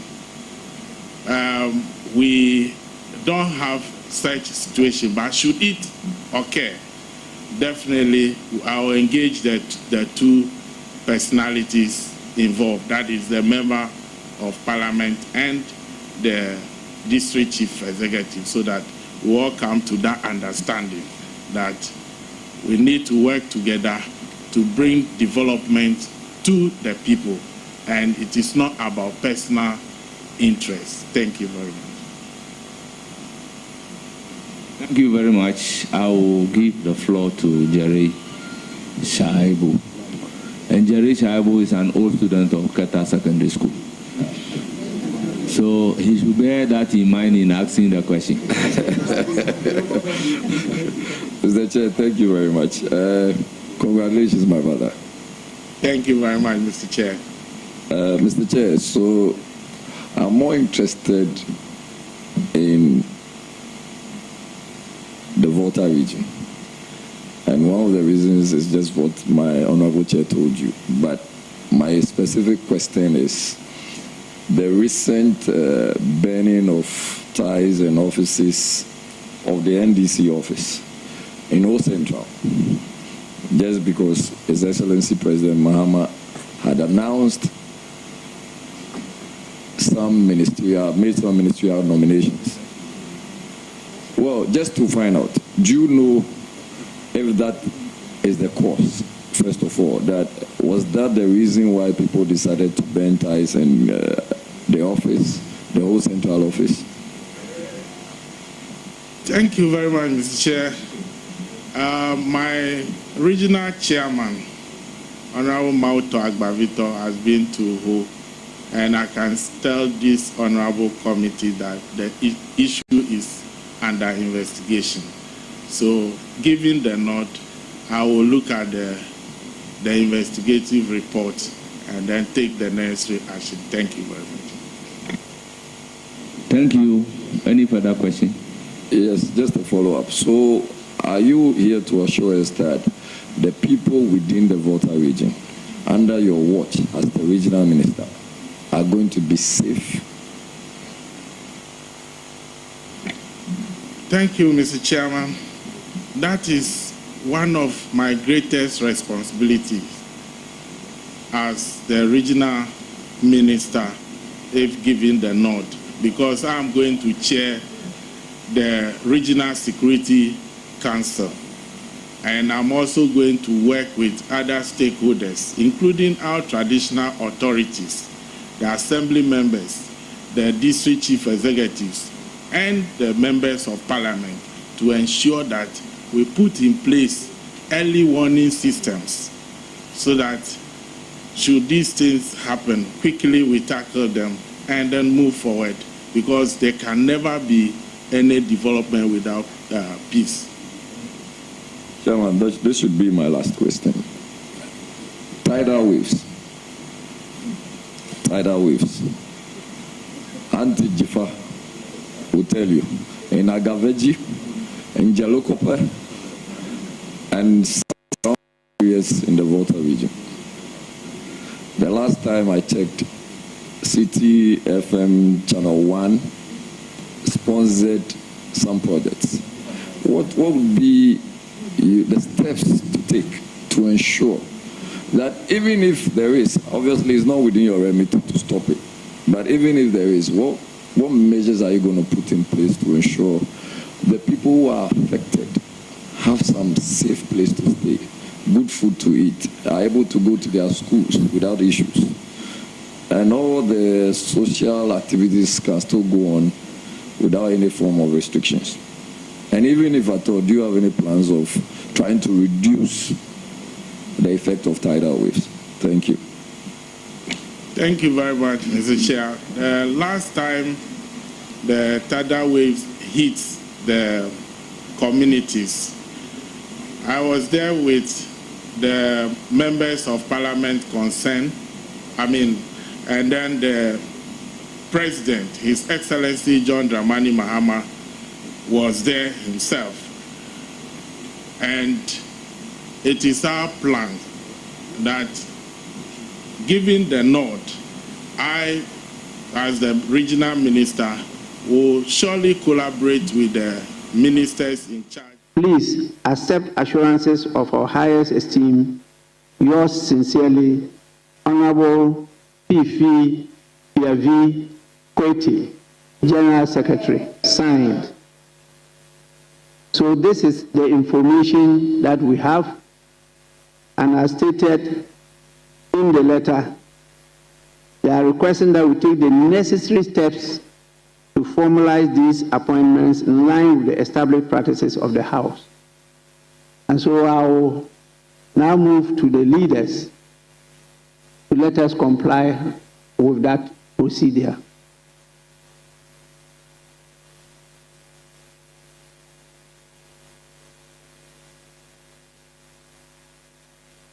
Mr. Speaker, exactly 2 years ago today, on the 23rd of January 2023, I was tasked to lead the NDC Minority Caucus on the 8th of the 8th Parliament.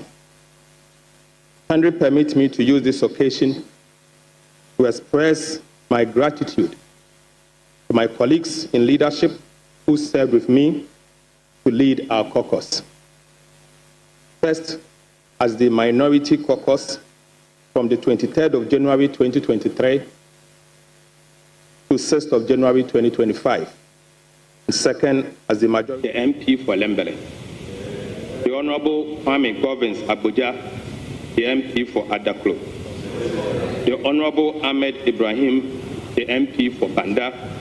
And Honorable Comfort Doyo Kujo, the MP for the Ada constituency. Mr. Speaker, I'm equally grateful to you, Right Honorable Speaker, for your fatherly guidance throughout my tenure as the leader of the NDC caucus. Right Honorable Speaker, I'm profoundly grateful for the opportunity to address this House as its leader for the final time.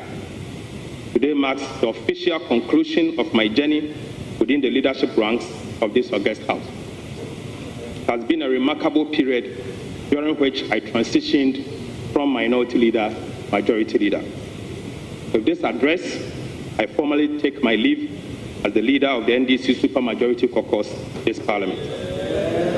Mr. Speaker, allow me this moment to extend my deepest gratitude to His Excellency President John Dramani Mahama, the National Chairman of the NDC, Honorable Johnson Esedun Katia, the General Secretary of the NDC, the Honorable Fifi Fiavikwete, and the entire functional executives of the National Democratic Congress.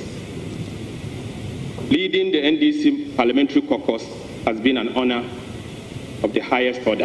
Mr. Speaker, the unwavering support and the collaboration of colleagues is a privilege I have never taken for granted. Together, we have risen above our differences, weathered the storm of transition, and forged a formidable and victorious front. Right Honorable Speaker, we celebrate our collective achievement. Let us remain steadfast in our commitment to even a brighter future for our country. We held the government to account, inspired public confidence, and upheld the values of transparency, service to our people. Our unity of purpose is what delivered the overwhelming and decisive victory for the NDC in the 2024 election. Mr. Speaker, I am not perfect. Yet throughout my tenure, I endeavored to serve my party and the country with unwavering dedication. I acknowledge that in the line of duty, I may have unintentionally stepped on few toes. To those affected, I humbly seek your forgiveness. Please forgive me. Leadership, I believe, is not about perfection, but about the sincerity of purpose. Our actions must always be guided by good faith and the overarching interest of our dear country. Mr. Speaker, 2 years ago, I was entrusted with the responsibility of the minority leader. In this relatively short time, we have collectively achieved a remarkable milestone. Together with my NDC colleagues, we provided constructive alternatives to government policies and safeguarded millions of Ghana cedis in public funds. We championed groundbreaking legislations, including some of the most impactful private members' bills in Ghana's parliamentary history. These efforts significantly shaped national policy and discourse. It is no surprise, therefore, that the people of Ghana recognize our efforts by entrusting us with additional 50 parliamentary seats, transforming the NDC caucus from a minority of 137 to a commanding majority caucus of 137 seats and counting. Mr. Speaker, it was the result of hard work, perseverance, and the unity of the 137 gallant NDC members of Parliament. As I transition from this leadership role to the Ministry of Finance, Right Honourable Speaker, I embrace this path with humility and resolve. I will continue to rely on the support of all colleagues in this House as we work together for the good of our country. Mr. Speaker, as a former leader of this House, I assure you, Right Honourable Speaker, that neither you nor your members nor the staff of Parliament will ever be far away from my thoughts. Mr. Speaker, the institution of Parliament and its concerns will always remain a priority. In my capacity as Minister of Finance, I pledge to work tirelessly for the people of Ghana, ensuring that the needs and aspirations of the people of Ghana remains at the forefront of our agenda. Let us unite the pursuit of these shared goals. Right Honourable Speaker, I must take a moment to recognize my good friend and brother, the minority leader. Mr. Speaker, though we often found ourselves at odds, our mutual respect fostered a working relationship that guided this House throughout some of its most challenging moments. To the dedicated staff of the Parliamentary Service, thank you for the invaluable support you have provided me and my colleagues in leadership. I trust you will extend the same level of commitment to the incoming majority leader and his team. Mr. Speaker, it has become imperative for the majority caucus to effect a change in its leadership. Right Honourable Speaker, I now refer you to Order 6 of our standing orders, which provides that majority leader means a member of Parliament designated by the majority caucus as their leader in this House. Mr. Speaker, you would recall that on the 8th of February, on the 21st of February 2024, during the 8th Parliament, you interpreted what constitutes the designation of leadership in this House. You reminded this House that it is the party that has given you the platform to come to this House. You come on the ticket of the party to appoint your leaders. The party must lead the process. You said, Mr. Speaker, you concluded with a ruling that the party would lead the process to designate or appoint the leaders of the caucus of the House. Against this background, Mr. Speaker, the National Executive Council of the Great NDC, the Majority Caucus, I've designated the following honorable members as the new leaders of the Majority Caucus. The Honorable Mahama Ayariga, the MP for Oko Central, as our Majority Leader. The Honorable George Kweku Rekit-Hagan, Member of Parliament for Cape Coast South Constituency, as our Deputy Majority Leader. The Honorable Roxanne Nelson Kwame Echi Dafiamepo, the MP for Saudai, as our Chief Whip. Honorable Comfort Doyo Kujo, MP for Ada Constituency, our First Deputy Majority Whip. And Honorable Richard Achampon, MP for Bia East Constituency, as our Second Deputy Majority Whip. Mr. Speaker, I extend my best wishes to the incoming Leader of the House, the Honorable Mahama Ayariga, and his team. May they be guided by wisdom and grace as they steer the affairs of this House, oversee the successful conduct of government business. Finally, Mr. Speaker, I profoundly want to express my deepest appreciation to the good people of Ijumakon, Yan Isiam, my constituency, for the opportunity to represent them as their Member of Parliament. Mr. Speaker, I thank you.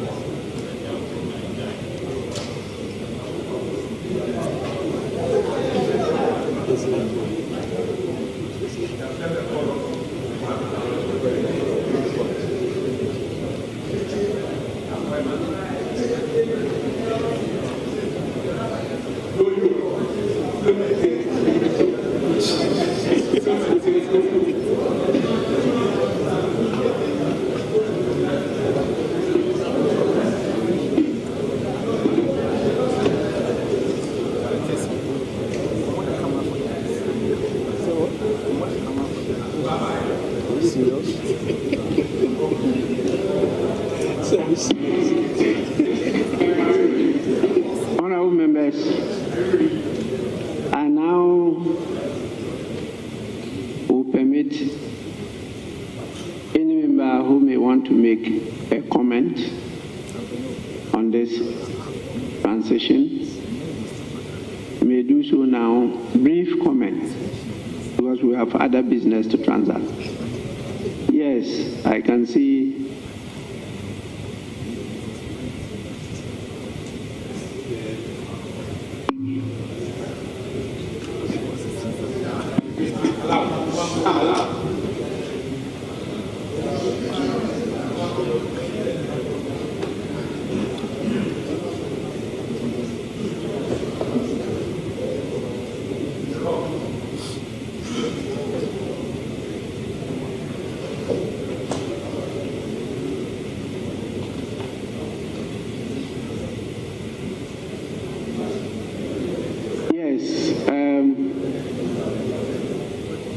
My attention is being drawn to time constraints, but definitely we will allow one from each side, and then if leaders want to have a say, they will be permitted to do so.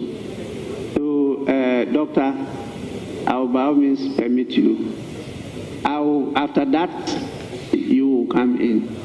After the comments, then you can come in with your audition. Yes, please.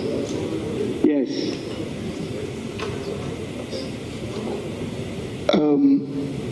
Right, Honorable Speaker, thank you for this prestigious opportunity.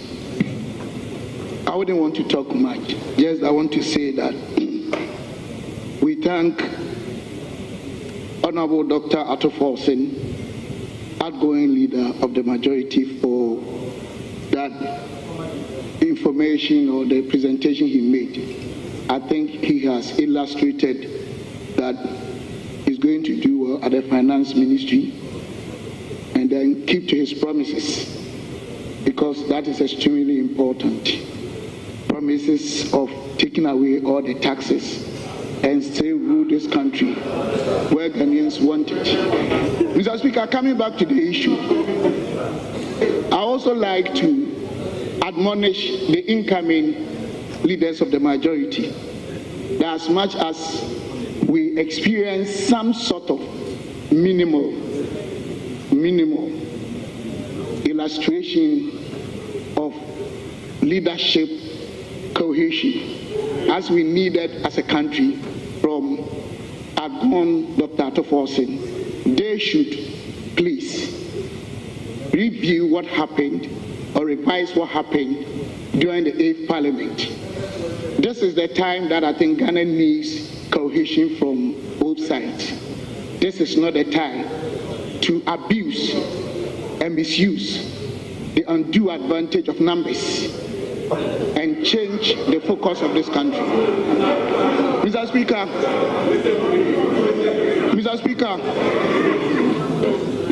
they have a lot of advantages, unlike the previous seemingly balanced house that saw Ghanaians witnessing a lot of higgledy and mambo jumbo. They don't need numbers much, but they need the endowments of those who give them the mandate, being the good people of Ghana. Ghanaians want to see a majority with their leadership that is prioritizing the interests of the good people of this country, championing causes, projects, and programs that will ensure equitability, equality, and that will create the needed balance between political expectations and the developmental expectations that Ghanaians are looking forward to. Mr. Speaker, apart from that, I would like to wish them all the best and still continue to monitor whatever they do, because Ghanaians will always mark them. They shouldn't forget. And I would like to quote the present President, His Excellency John Dramani Mahama, that he said, in our local dialect, he said that Aba edebo techino and one edebo boba, depending on how they behave. I am therefore ending that we are not expecting them to put up any dysfunctional behaviors that will be inimical to the performance and the progress and the forward movement of Ghana. I wish you all the best. Thank you, Mr. Speaker.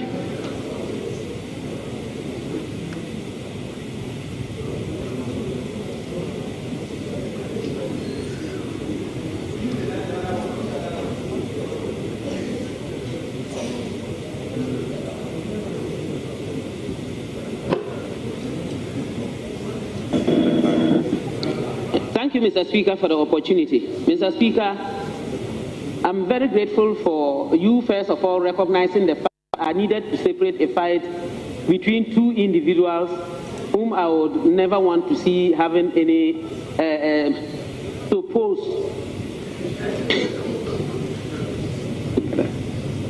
Mr. Speaker, thanks be to the Almighty Allah for giving us yet another day and for making us realize this day. I am so elated about happenings in the caucus. The outgone leadership and the one before them. They performed so marvelously, so nice, so well. And they presented the best that they could and made sure that all of us as a caucus who were involved in all the activities of the party. This led us to the enormous success that we chopped. We cannot run away from it. They have done so well. Today, we have another set.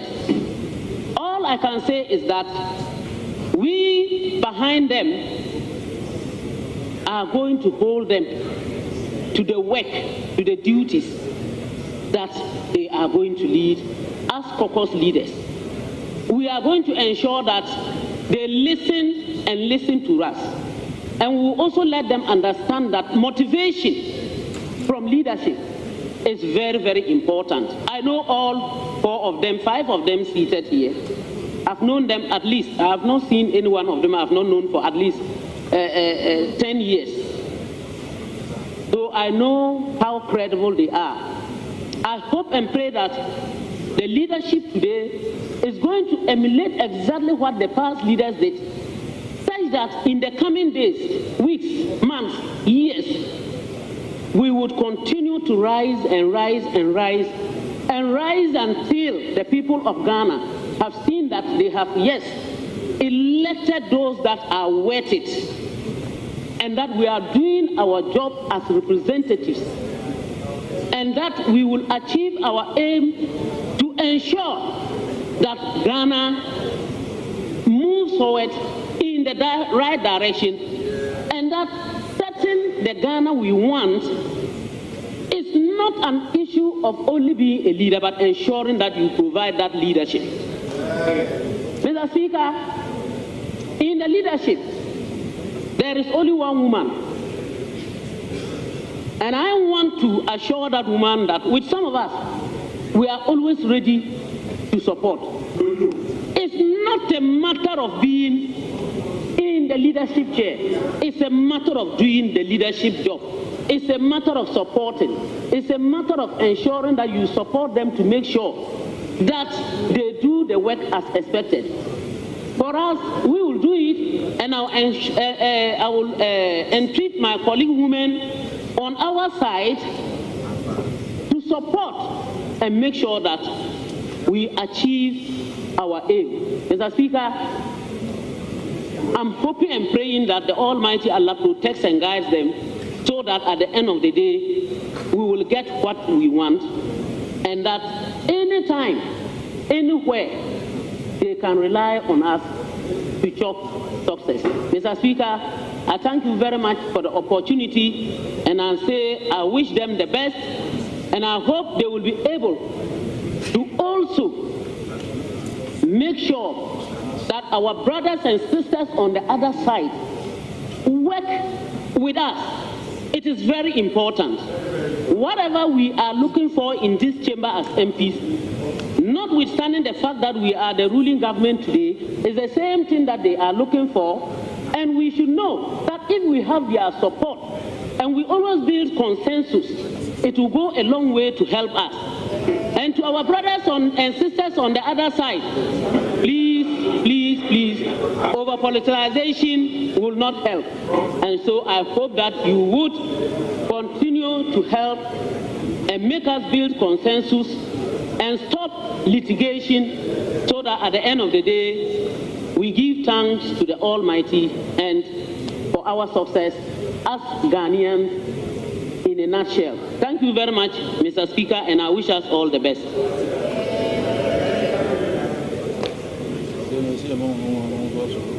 Leadership.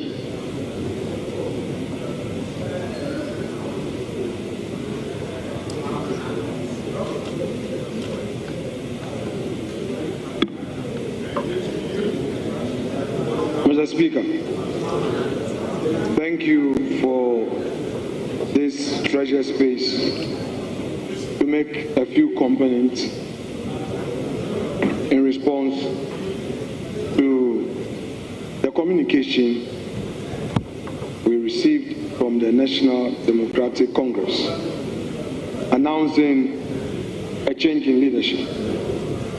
But first, Mr. Speaker, I welcome you back home after your trip to Côte d'Ivoire on the occasion of the opening of their Legislative Assembly. You continue, Mr. Speaker, to project image of this House, and I pray that you continue with strength to deliver on your mandate in this 9th Parliament. Second, my respected colleague, Dr. KCL Ato-Forson and his team, congratulations. You've done what you have to do for your party. Yesterday, I watched you, Dr. Forson, on the TV, together with your Chief Whip, Kwame Govins Abuja, taking the ministerial oath. I wish you well. Indeed, this is a time to serve your country in another capacity, and your party has recognized that, and Mr. President has honored you.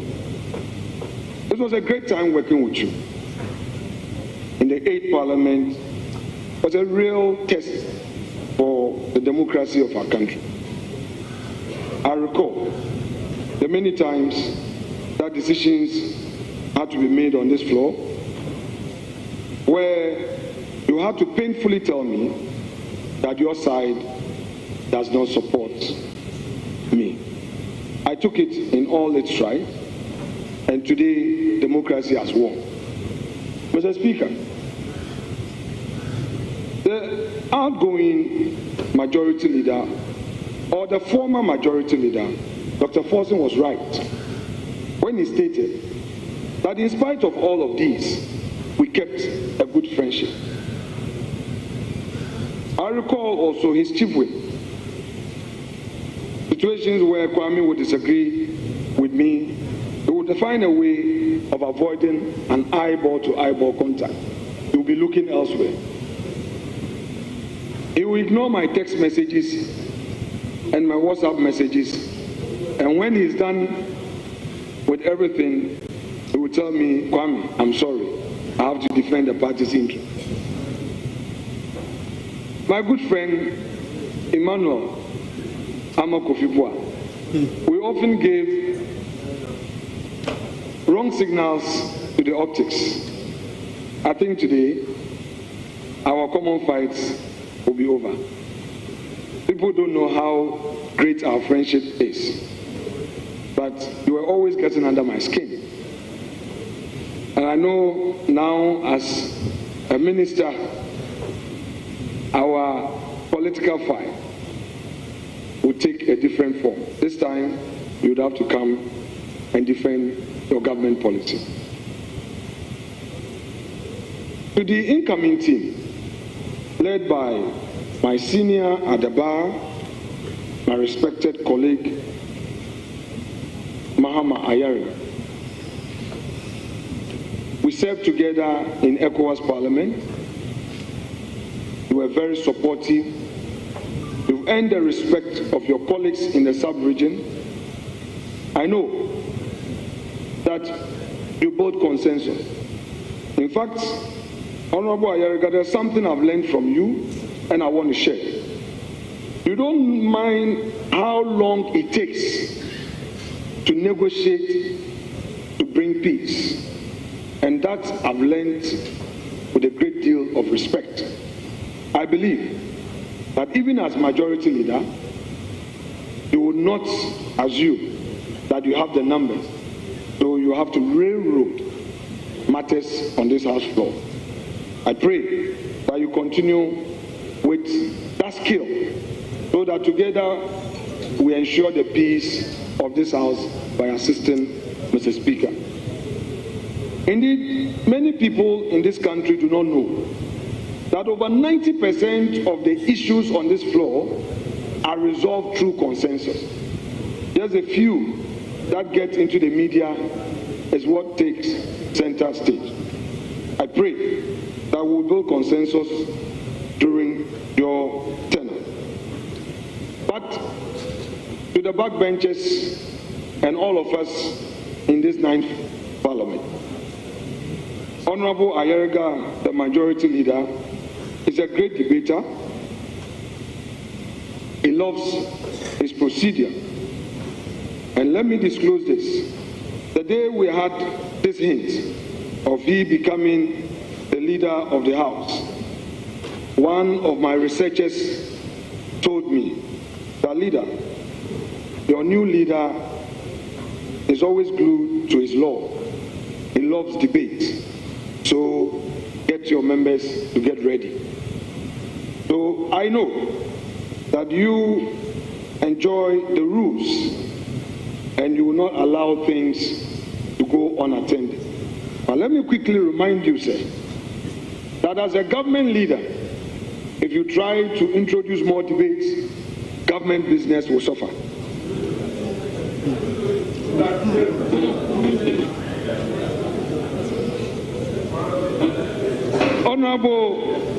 Honorable Deputy Leader, my respected, quite soberly minded gentleman, we are from the Central Region. We've shared great moments together.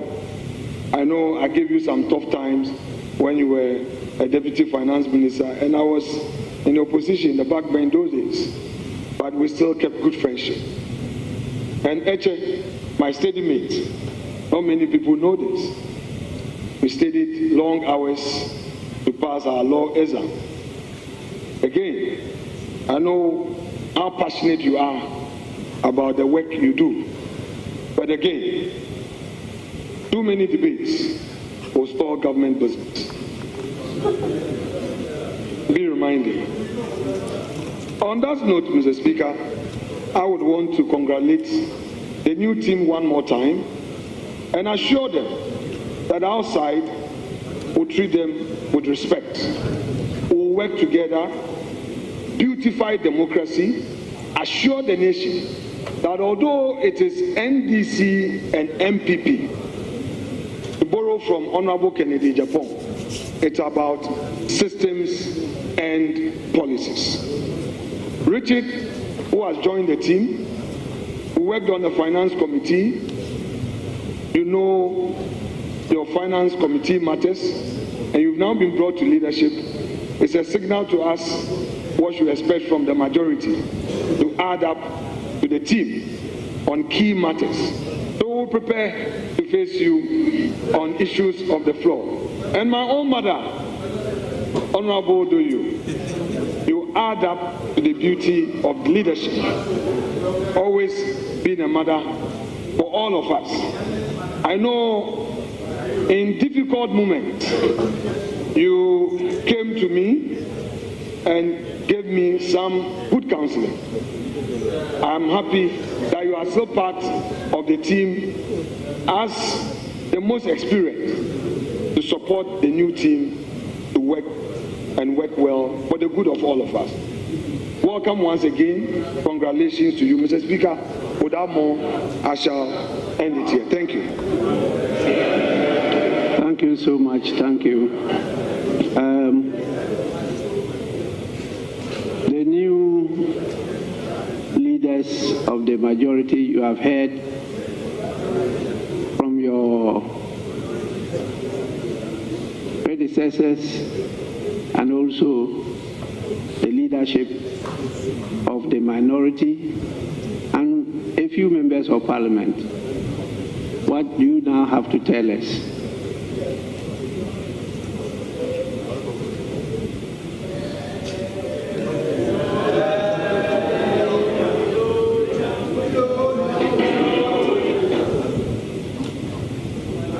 Right, Honorable Leaders of the majority, you have heard from your predecessors and also the leadership of the minority and a few members of parliament. What do you now have to tell us?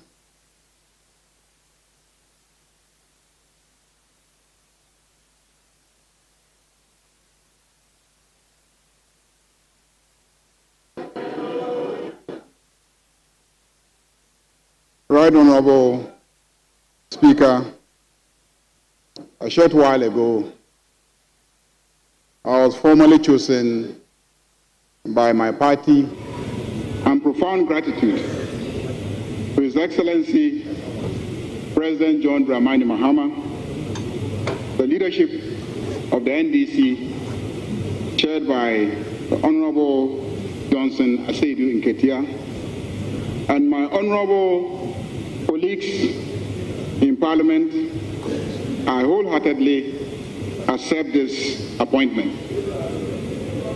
I am thankful for the confidence reposed in me, fully aware that this is an onerous role. I intend to discharge it to the best of my ability. Our duty as legislators is to ensure that we do all we can for the betterment of the people of Ghana. As leaders of the House, as a leader of the House, I have an abiding duty to ensure that we always stand on the side of Ghanaians. Right, Honorable Speaker, this is my charge to keep and a duty I will faithfully discharge. As leader of the House, I am committed to working hard to ensure that members work in an environment that is more conducive, convenient, and friendly. We are the representatives of the people of Ghana for a reason. Let us always be guided by this, that way we will carve a place for ourselves in the annals of our dear country. Mr. Speaker, before I resume my seat, may I seize the opportunity to express appreciation to the immediate past leadership of our caucus, made up of Honorable Cecil Atuforsen, the outgoing majority leader, Honorable Emmanuel Ama Kofibua, outgoing deputy majority leader. Mr. Speaker,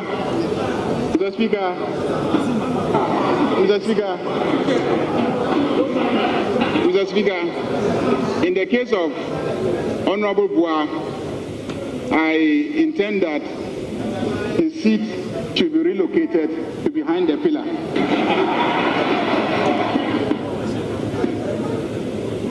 Honorable Kwame Governors Abuja, outgoing Majority Chief Whip, Honorable Ahmed Ibrahim, outgoing First Deputy Majority Whip, and the youngest lady in the chamber, Honorable Comfort Doyo, outgoing Second Deputy Majority Whip, and incoming First Deputy Majority Whip.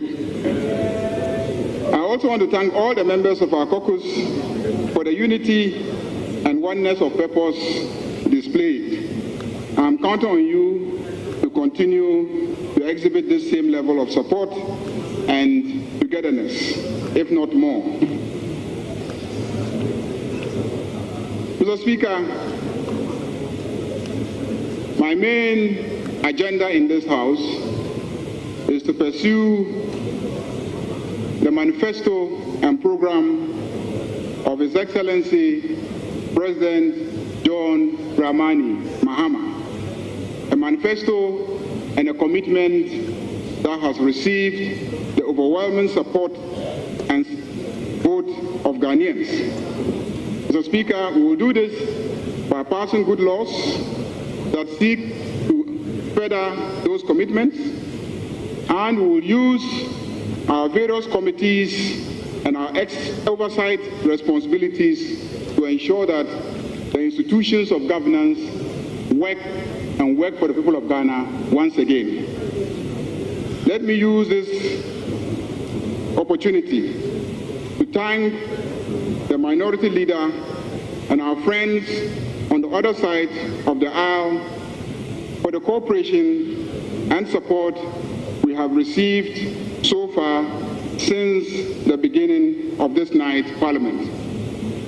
I want to assure them that in spite of their dwindled numbers, I As my colleague, the minority leader, has already indicated, I believe in accommodation, I believe in consensus building, and I believe in discipline, and I believe in orderliness, and I believe in working together.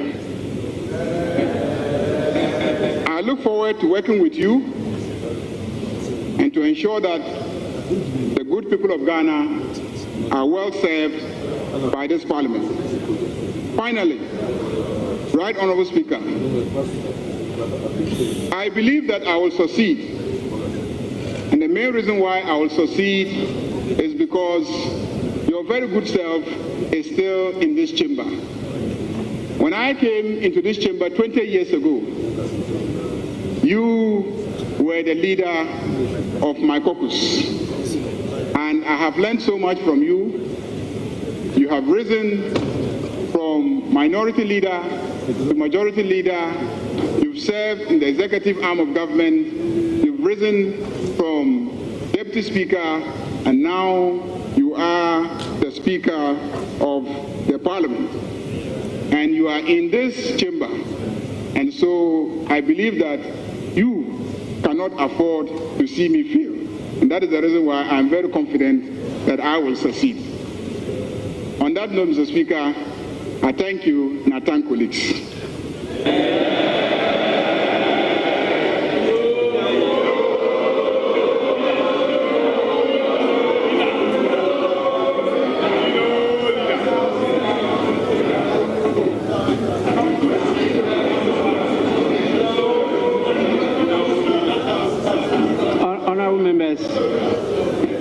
Honorable members,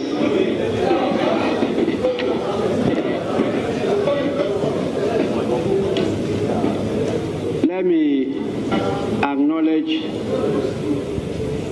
the presence at the distinguished visitors gallery, the national chairman and the general secretary of the National Democratic Congress. We have the national chairman, Honorable Johnson Asedu Nketia, and then the general secretary, Honorable Fifi Fiavi Kweti.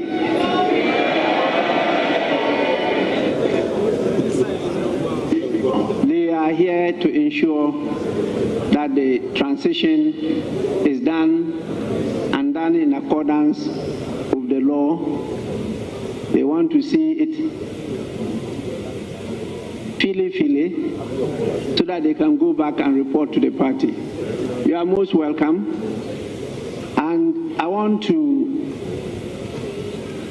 note this for the parties. As we all know, traditionally, how we get inspired when at your workplace, your father or your mother visits you. It's so motivating. And so I want to encourage the leadership of political parties from time to time to follow up here to see what their representatives are doing. And I think I have to commend the national chairman and general secretary of the NDC for always being present. Particularly the national chairman is always present. He comes to see what is being done in this house. I recommend that to the other parties. Honorable, let it not be said anywhere. I repeat, let it not be said anywhere that the 8th Parliament of the 4th Republic of Ghana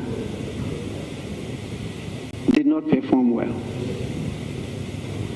Political scientists have adjudged the 8th Parliament as one of the best hung parliaments in the world.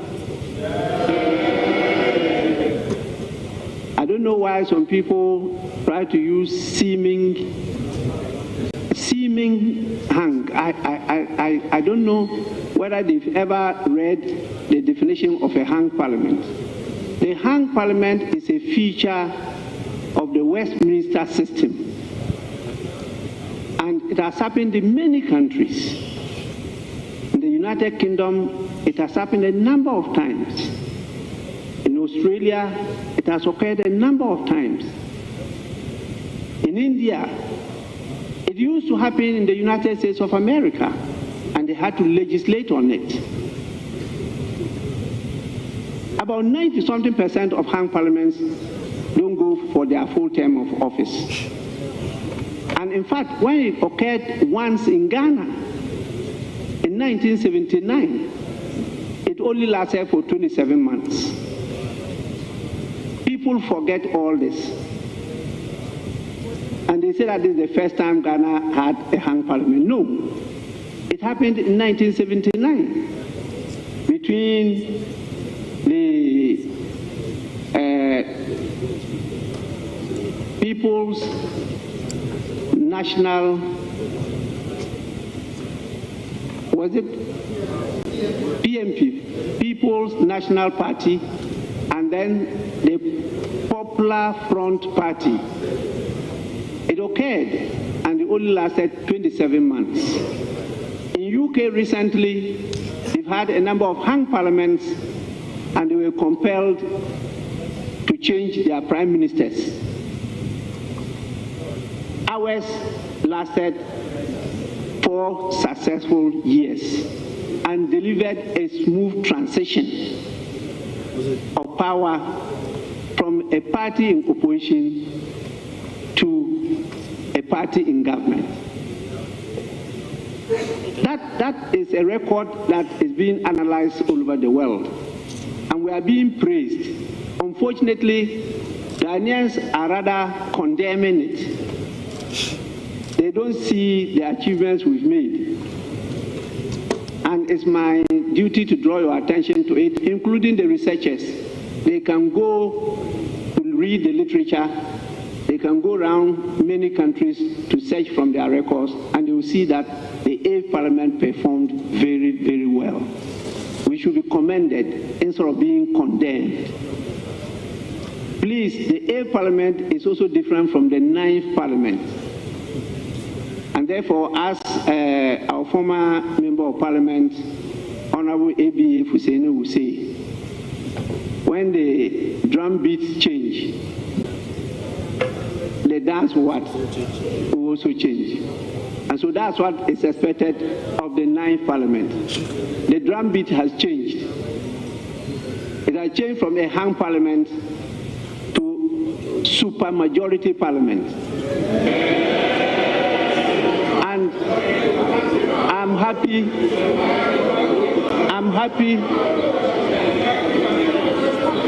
happy that the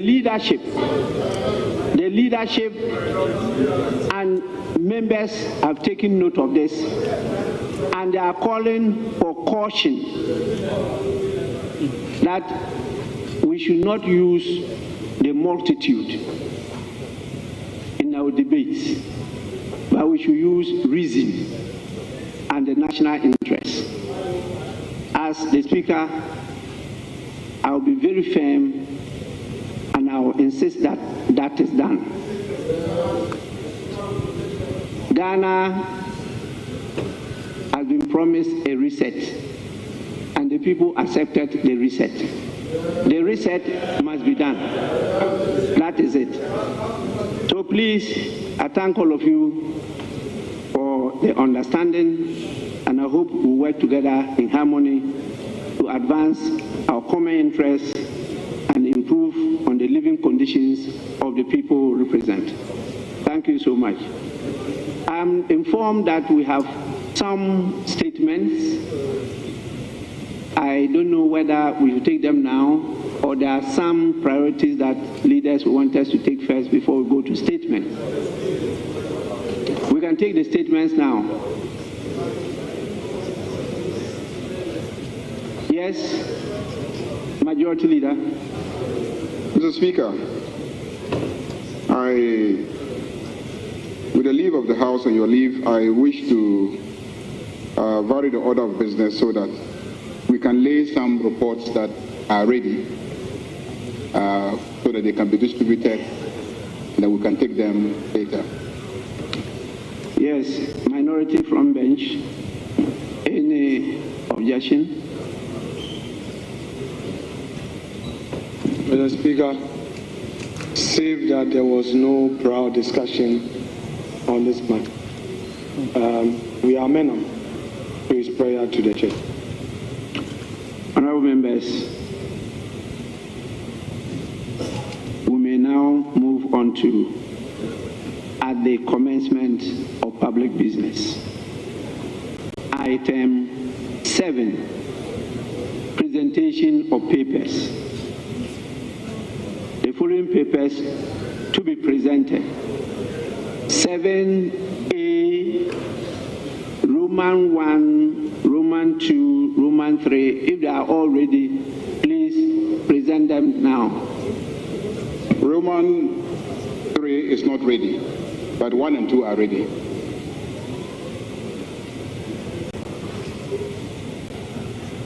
Yes, by the chairman of the committee. Sorry, minority leader, yes.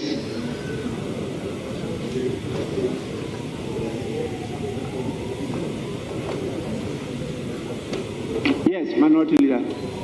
Mr. Speaker, I just wanted my respected colleague to bring clarity to exactly what he wants to do.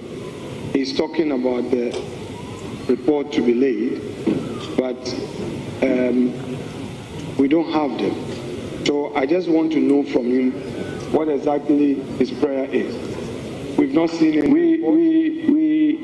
We definitely, after they are laid, I'll give the directive for them to be distributed. Then you will see them. But if our attention had been drawn earlier, you could have consulted as leaders. But just now that it has arisen, so I commend you for conceding to it, and then let us proceed with that. So please, chairman of the committee, that is the appointments committee, if the reports are ready, Roman A1 and A2, then you can proceed to lay them with a bow. Okay. Third report of the appointment committee on His Excellency the President's nomination for appointment as ministers. Fourth report of the appointment committee on His Excellency's President's nominations for appointment as ministers. Honorable members, the two reports are laid accordingly, and I direct that copies be made available to all members of Parliament. Which other report is ready for presentation?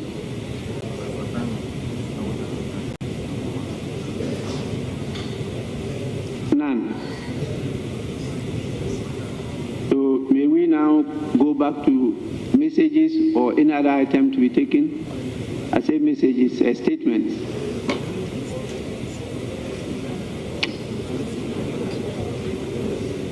That is all. Now, second Deputy Speaker to take the chair. The second Deputy Speaker will preside over the House as you present your statements.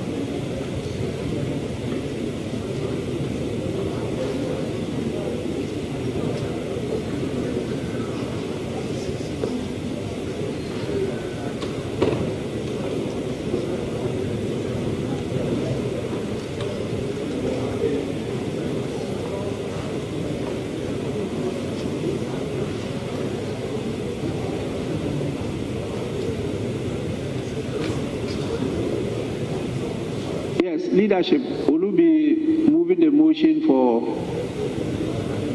the adoption of the reports?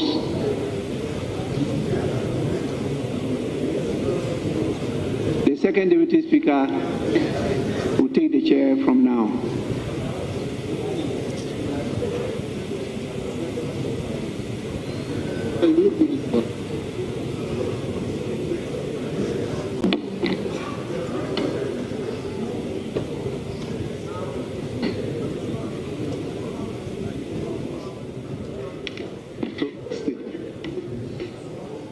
Just gone by in Parliament is the change in leadership for the majority side. I remember that we had earlier reported that change was imminent. It was on the way, and now it has happened subsequent to following the letter received from the party addressed to the Speaker, by extension Parliament. It was signed by the General Secretary of the NDC, Fifi Fiave Kwete, naming new leadership for the majority side. Let's go through those names quickly. Boko Central MP Mahama Ayariga is the new majority leader. Former Deputy Finance Minister Kweku Ricketts-Hagen George is Deputy Majority Leader.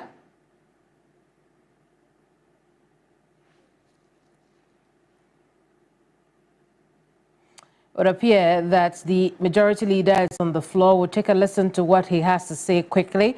We'll come back and go through the list of the front bench for the NDC in Parliament.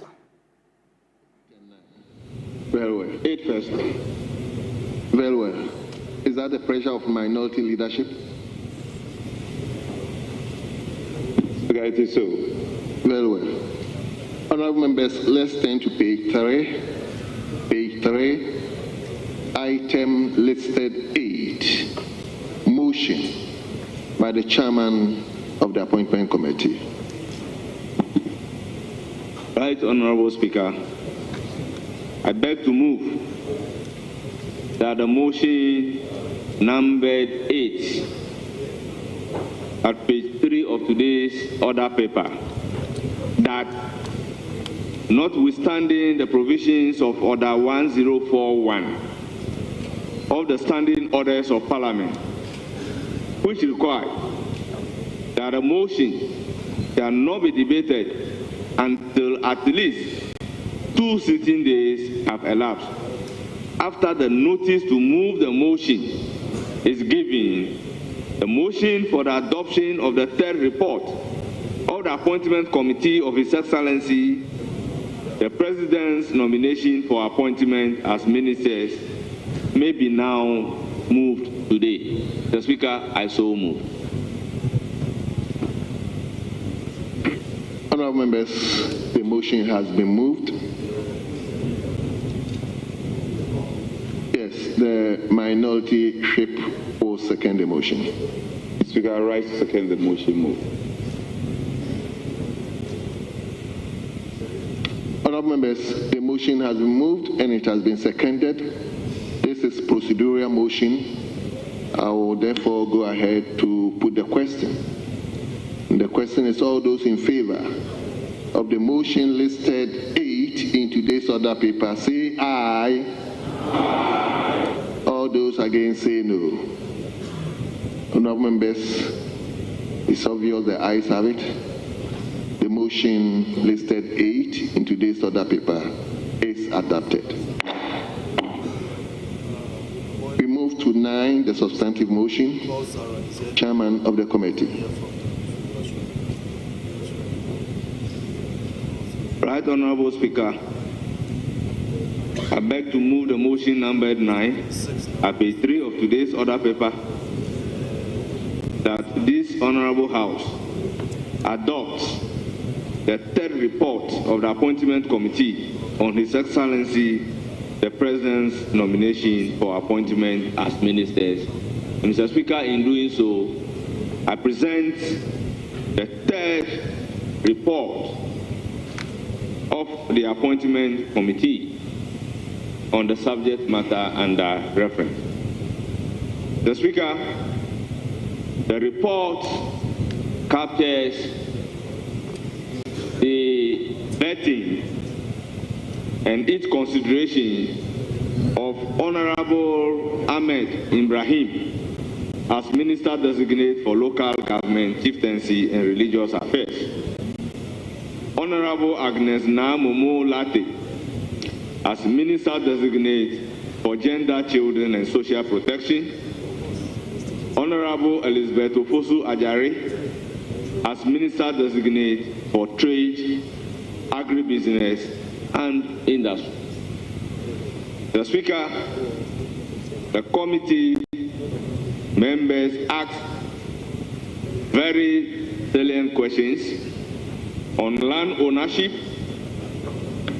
line of reporting of the administrator of District Assembly Common Fund, improving the local economy in collaboration with MMDCs, inadequate human resource at the MMDAs, resources to run MMDAs and other agencies under the Ministry of Local Government, Chieftaincy and Religious Affairs.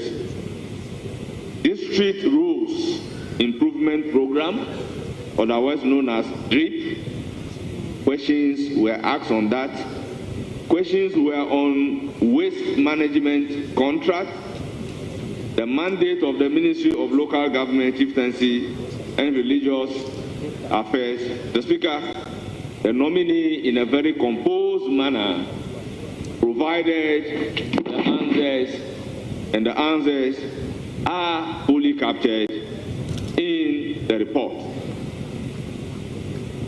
Right Honorable Speaker, on the second nominee, Honorable Agnes Namomo Latte, questions were also asked on the President's vision for the Ministry of Gender, Children and Social Protection, strategies to improve school feeding program, assistance to the people of Nungua under the Ministry of Gender, Children and Social Protection, the benefit of the Women Development Bank as contained in the NDC manifesto, the livelihood empowerment against poverty, LEAP, importance of the affirmative action law, the distribution of sanitary pads among female students. Mr. Speaker, the nominee again provided answers to this question, and these answers were captured in the report verbatim. Honorable Speaker, the third nominee under reference is Honorable Elizabeth Ofosu Ajari, Ministry of Trade, Agribusiness and Industry. Again, the committee posed so many questions, dwindling revenue mobilization at the port, revamping the state-sponsored agro farms, position on 1D, 1F, her position on 1D, 1F, the trade balance, weak entrepreneurial ecosystem, and many more. Mr. Speaker, her answers to the question is fully captured in the report. The Speaker, I will therefore urge the Hansard Department to capture the entire report as having been read as I proceed to read the conclusion. Mr. Speaker, in accordance with the provisions of Article 78(1) of the 1992 Constitution of the Republic of Ghana and Standing Order 217, the committee considered the nominations by His Excellency the President. The nominee demonstrated competence, knowledge, and expertise on matters relating to their various ministries designated. The committee therefore recommends to the House by consensus the adoption of its report and approval of Honorable Ahmed Ibrahim as a Minister for Local Government, Chieftaincy and Religious Affairs, Honorable Agnes Momolate as Minister for Gender, Children and Social Protection, and Honorable Elizabeth Ofosu Ajari as Minister for Trade, Agribusiness and Industry. Right Honorable Speaker, I so submit. Thank you for the opportunity. Thank you very much, Chairman of the committee. Now, seconder.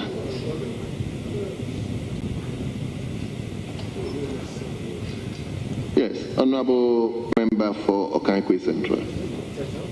Mr. Speaker, I write to second the motion and to add my voice to the chairman of the committee to congratulate the member for Crowell, the member for Banda, the member for Techima North for their nomination, and having gone through the vetting process excellently a couple of days ago. Mr. Speaker, we know of Honorable Ahmed in this chamber. We've worked with him. We know how passionate he is. But the work in the chamber is different from going to manage entire local government institution, which comprises a lot of difficult district chief executives, district, municipal, and metropolitan chief executives. We expect of him to exercise the necessary restraint in dealing with them and to ensure that the relationship between the MMDCs and the MPs gets improved to ensure that the work in the constituencies and the districts gets on unimpeded. Secondly, Mr. Speaker, the member for Crowell exhibited high qualities and convinced the committee that she could do a good job as Minister for Gender and Social Protection. And our own Elizabeth Ofosu Ajari, the member for Techiman, a lawyer by profession, a lady, a mother, having convinced us, Mr. Speaker, promising to continue with the 1D1F program subject to the challenges she mentioned at the committee.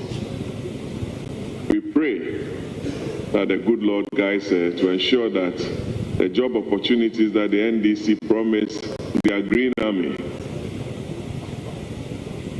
will be realized through the 1D1F programs that we initiated. I wish the nominees well and congratulations. Thank you very much, Mr. Speaker. Thank you very, very much. Honorable members, the motion has been moved and it has been seconded. It is now before the House for consideration. As usual, because we want to manage the House well, the caucuses have presented the names of those who will be commenting on the report. So we will move to mention the names for those the caucuses have submitted to the table. So we will begin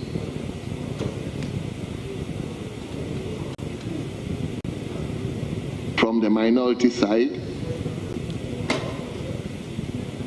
and we will call on Honorable Member for Empraeso, Honorable Davis Opoku. So, Honorable Member, we will not